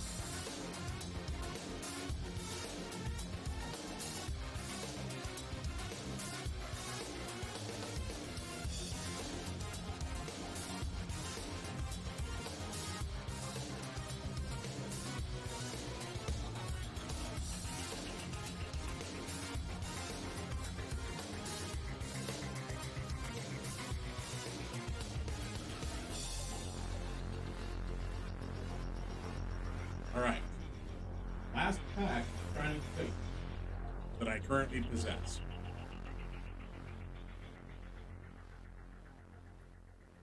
Straight to the front, reveal Fire Energy. We have a Rotom. A Rusted Shield. And an Eldegoss. Nice. We also have a Gossifleur, so that's good. Choodle. More Peko. Acmea. Horsey. A shiny Gossifleur. And a Hollow Luxray.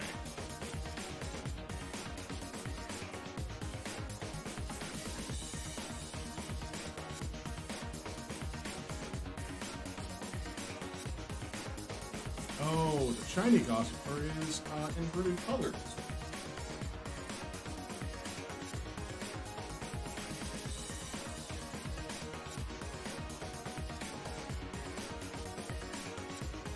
Because instead of that one there, that one there. Also, I guess it has different abilities. Why would they print a variant card like with different abilities on it? Like, I understand, sure, maybe, like, if it was just Gossifleur with leafage but shiny, then that's one thing. But now, it's an entirely separate Gossifleur.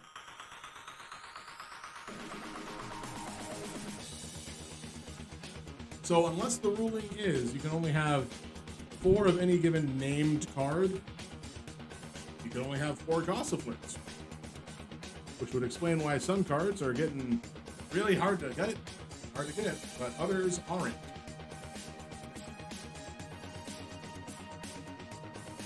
Okay, that's not too bad. Like, I'm not gonna bother looking at the prices. I don't think we open anything terribly expensive this go around.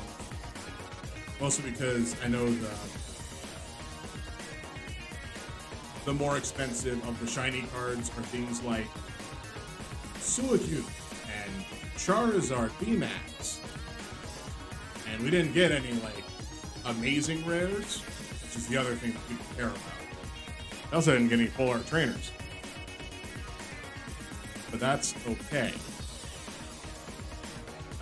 The other, foils we got were, Luxray, Reverse Hollow, Tropius, Spinarak, Yanma, Choodle, Reverse Hollow Bosses orders. So why do they have a Reverse Hollow of a rare? Why not just have a regular Hollow of a rare? feels weird. And then Evil and Luxray as regular Hollows.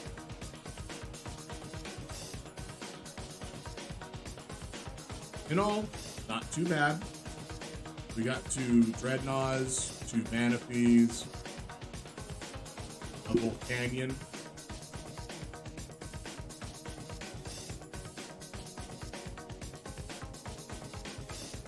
Alright, let's put this away now.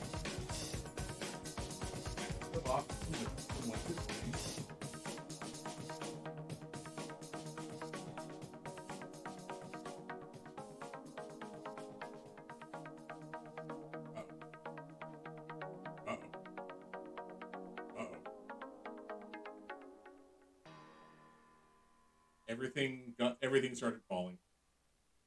Every card. All of these code cards fell over. So now I have no clue for what. That's a lie. I know exactly what everything is.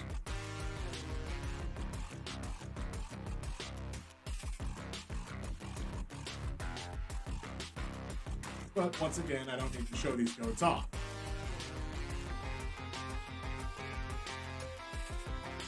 Who knows? Maybe someday I'll do a thing where I'll be like, and then here's a bunch of Elite Trainer box codes and pack codes, Shining Fate. Or maybe I'll play Pokemon the card game on stream sometime. And I'll need to use all of these codes to buy packs. Or not buy packs, get packs. Because technically I already bought all these packs.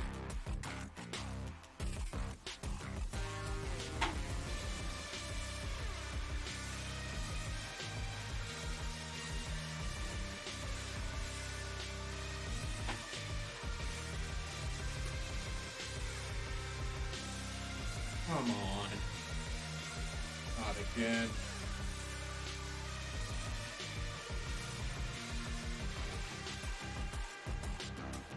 Good thing I didn't get the bears in yet.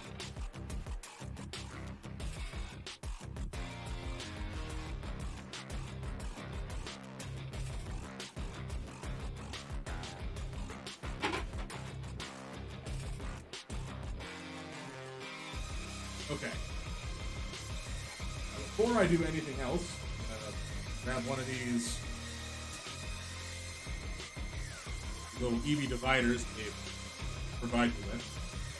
I'm going to slide it right there to divide the rares and the not rares.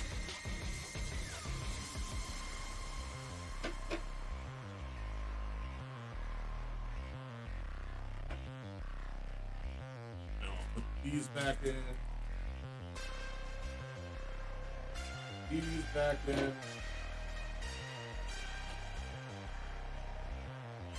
I'm not going to put the sleeves back in. I want them.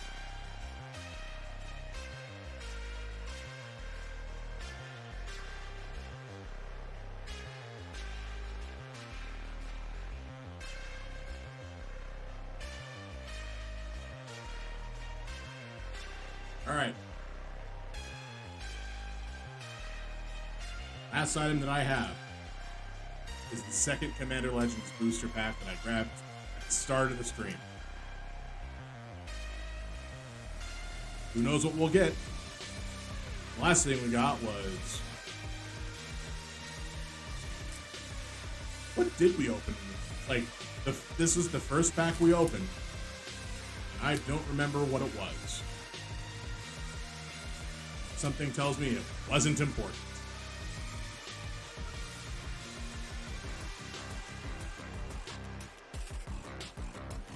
All right, we have an advertisement. That's not even, oh, okay, I guess it is a zombie cover.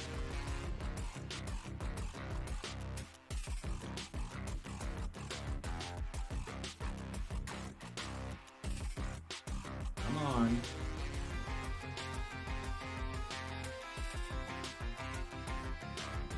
Focus in.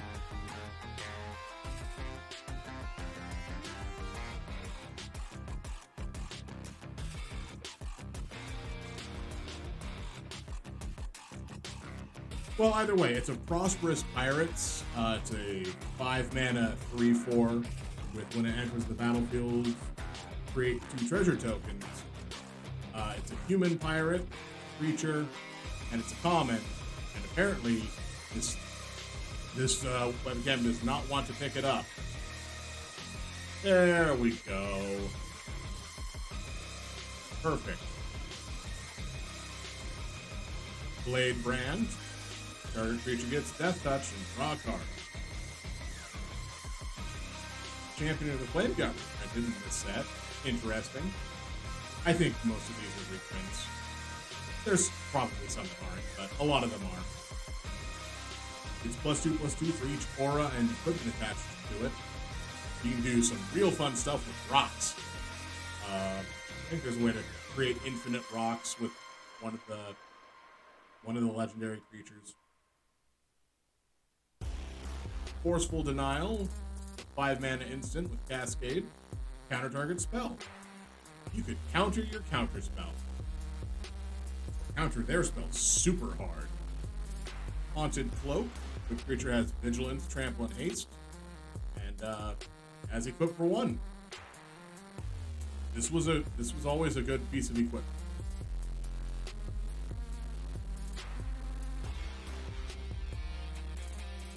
Crimson Fleet Commodore, 4 mana Ogre Pirate. 5/2 with Trample. When it enters the battlefield, you become the Monarch. Okay. Blight Assassin. When it enters the battlefield, target creature gets a -1/-1. Just an elf. Does elf things. This isn't the first time that I've seen that card, but Fall from Favor.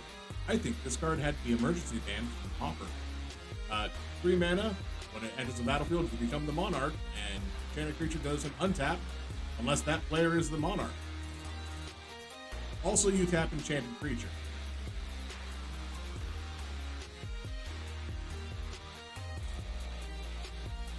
Kingsdale Courier, when it enters the battlefield, put a +1/+1 counter on target creature. And you can encore it for its same mana cost. That's actually really good, because it becomes 1 +1/+1 counter and 2 3 +1/+1 counters. Elvish Visionary, when it enters the battlefield, draw a card. 1/1 for 2. Nothing special about Elvish Visionary. That's just a staple at this point. Sky Diamond. This taps for blue. Solid Fixing.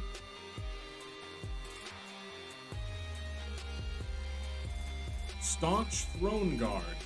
5 mana construct with Vigilance. 2/5. When it enters the battlefield, you become the Monarch. Okay. Opal Palace. I don't have enough of these, but it adds mana colorless, where you can pay 1 and get a mana of your commander's color identity. But sometimes you really need it.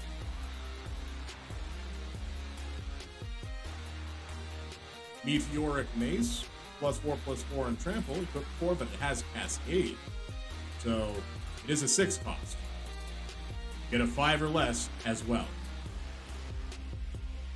Still not amazing. Skilled Animator. Enters the battlefield, target artifact becomes a 5/5. It's a 3 mana. That bookshelf is going to go beat face. Armorcraft Judge. Enters the battlefield, draw a card for each creature you control with a +1/+1 counter on it. Like, I have this. I bought a box of, not Aether Revolt, the set before it, Kaladesh. And, I believe she was in Kaladesh, not Aether. I bought a box of Aether Revolt too, but I have this card. I don't need more copies of this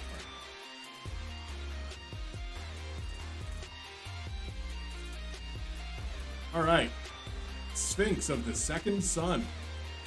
8 mana Mythic Sphinx. Flying. At the beginning of your post-combat main phase, you get an additional phase after this phase. Oh, an additional beginning phase after this phase. So untap, upkeep, and draw. Neat.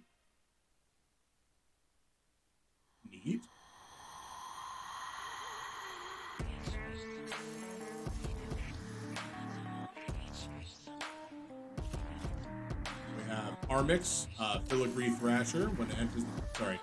Whenever it attacks, you may discard a card. If you do, target creature defending player controls gets -X. Where X is the number of artifacts you control, plus the number of artifacts in your graveyard. So 3/2. 3. Nah. But it's an uncommon, so not really much we can do about. Hello. This is a different. this is a horse of a different color. Urlock of Scorched Thrash. 1 black, red, green. Or 4/4 Viashino that has pay 1 tap. Each player gets black, red, green. But a player losing unspent mana causes that player to lose that much life. Mana burn is back. Absolutely. 100% worthwhile card. Trusty Pack Beast with like a way different foiling than any of Modern Horizons. Wow, that is like super glossy and slick. What it does is it's a 2/3 for 3 mana.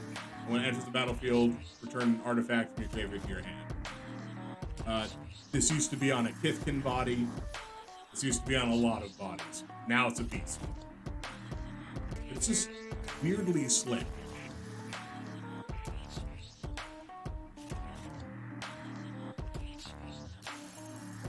And that's the pack. I think that's all I have. I can check to see if I have any more loose things, but I might just call it there for today. One thing I will do, however, is check the value of that Sphinx of the Second Sun. Because, you know, weird thought process.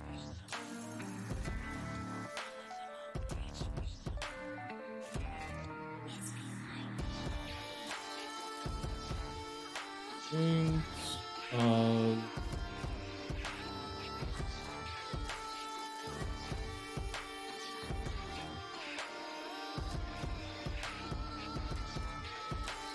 $2.50. Not that bad.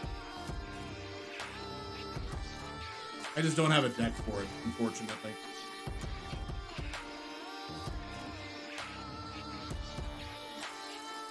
But that's fine. So, yeah, that's... I think that's it. That's what we've got for today.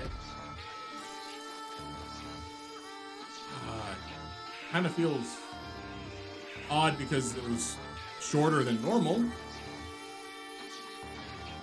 I don't know how I've been able to get like a lot of time out of the other openings, but so it goes. I guess that'll be it.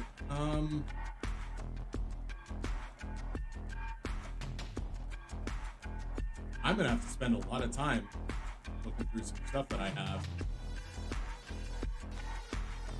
I think that's what this next hour that I have will be.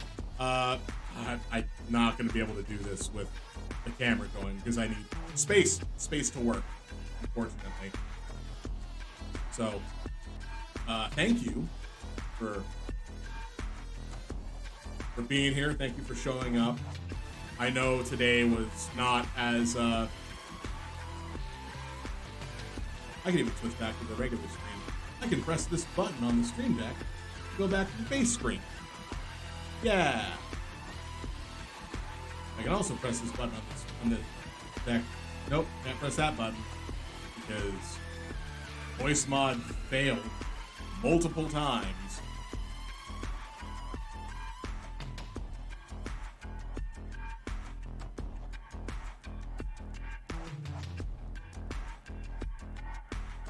Yeah, so I can't press that one. But thank you for popping in, for sticking around, watching this thing. I know that it's not always the best content. It's kind of a thing that I enjoy doing, and realistically, I probably could do Magic Online or MTG Arena. God, I haven't played Arena in a long time. Last time I tried playing Arena, it killed my computer. Like, it didn't actually load because my computer could not load it. But I have an upgraded computer now. I might be able to play Arena. I just don't want to spend money on it. Because it's a weird thought process of, it's a free-to-play game. Why should I feel the need to spend money on the game? Especially since if I spend money on it and buy certain things, it'll all rotate out and then I can never use it again. Because the packs that I get aren't going to have worthwhile stuff in it. At most, I'll get maybe a wild card, which I can use to create a card, unless it's historic, in which case it takes more than one wild card to make a card, I think. Oh, I haven't dealt with that in a long time. That means I'd have to do the tutorial missions again. Oh, I hate doing those. Oh well. Oh, I don't even know what to say. So, thank you for being here. I will be back on Monday with Hearthstone. Everything's gonna be fine. Everything's gonna be fine. It's back to the normal rigmarole that we have.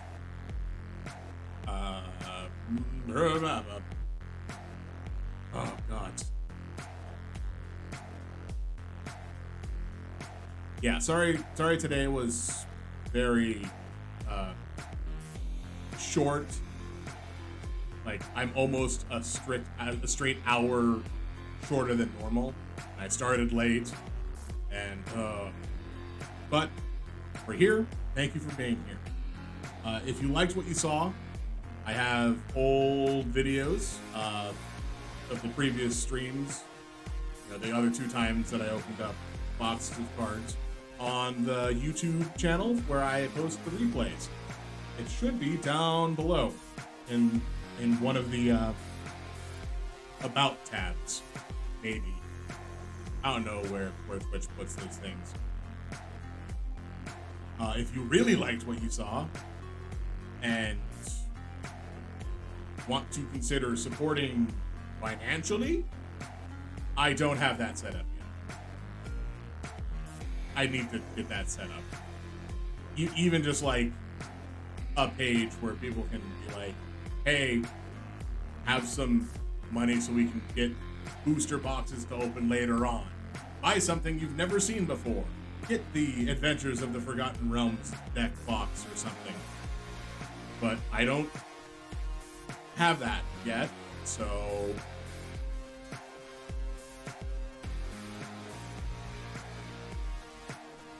that's about the next thing I should definitely do. Put like a PayPal or a Patreon link. I keep getting really anxious about like wanting to press one of these noise buttons on my sound player, because like I don't know how loud it is, and I have yet to even risk any of this. So you know what? I'm gonna press a button. So I've got 4 buttons that'll play a sound clip.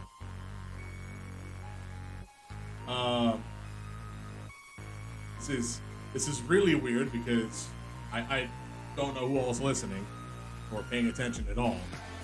So I've also got them labeled weird things. So we have Exodia, Gloria, Chant, and Sensei. I think I'm gonna press Chant. Only because I think it is actually the shortest one. And I'll hold off on Exodia for later. So, even just to definitely show what this, because I kind of want to use this as sound clip or something else, but I know that there's certain people that might not like me to.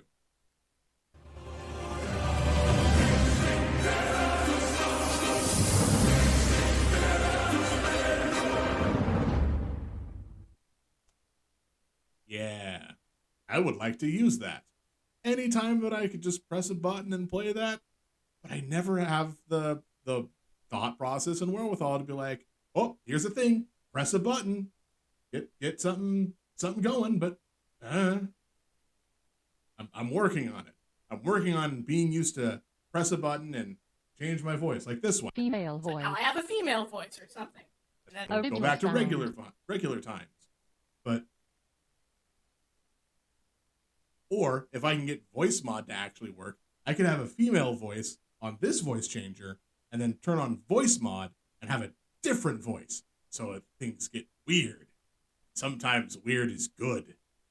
That might be more if I spend time doing a just chatting stream or something like that. That would be fun too. Honestly, what I should do is like stream Final Fantasy 14. Like I said, I do play that, and I've paid for subscription. I've bought the Endwalker expansion. I just don't have any of the other expansions. So realistically, I can play up till the end of Heaven's Word. Not Heaven's Sword, no matter how much I want it to be. Heaven's Ward.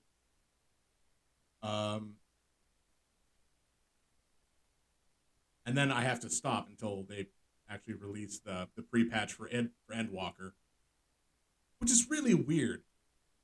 Like part of the process is I bought the most recent expansion, so I have access to everything up to that point. I know in World of Warcraft, you would, if you were to buy the base game at this point, you would get everything up to the most recent expansion. So $20 for the base game nets you everything until Shadowlands, which is a lot that some people enjoyed and some people didn't enjoy. But it's weird that I have to buy three Shadowbringers, Stormblood, Heavensward, two other expansions, just to be able to continue to play until the last expansion comes out that I've already bought. But it's whatever it is. I don't know. I don't know. Somehow I'm still managing to talk just to use time. But either way, thank you for being here. Thank you for hanging out. Thank you for talking if you talked. If I didn't see you talk, sorry I didn't see you talk. Thank you for following if you followed. If you didn't see you follow, sorry I didn't see you follow. I've talked about the links down below for YouTube channels. One channel, only one. And it's strictly of uploads. It's like this whole thing will be uploaded next week. So next Friday, this whole VOD gets uploaded. That's the safest way for me to do it. I can just be like, All right. This week's videos I set to upload next Friday. That way Twitch has its whole 1 week exclusivity thing, which I think is a thing and not like something I just thought up out of nowhere and feel really weird about, but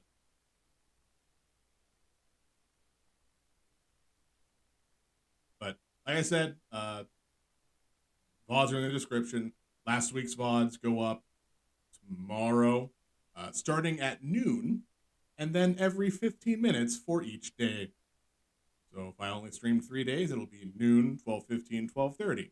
But if I streamed 4 days, noon, 12:15, 12:40, 12:40, sorry, 12:30, 12:45.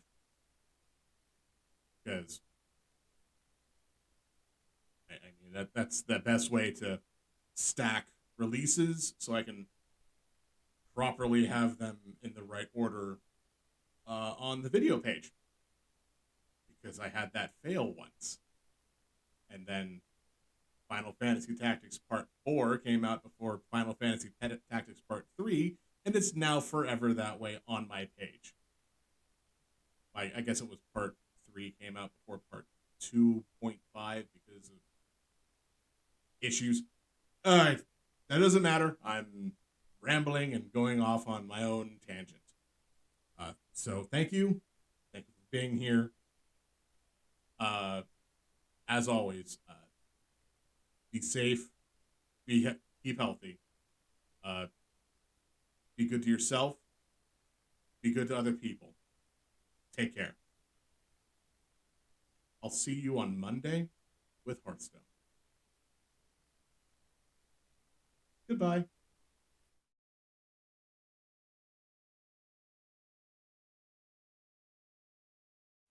Oh, God, I'm sorry. I should have been playing music this whole time. 1 second. Now I can go to the office. Okay, goodbye.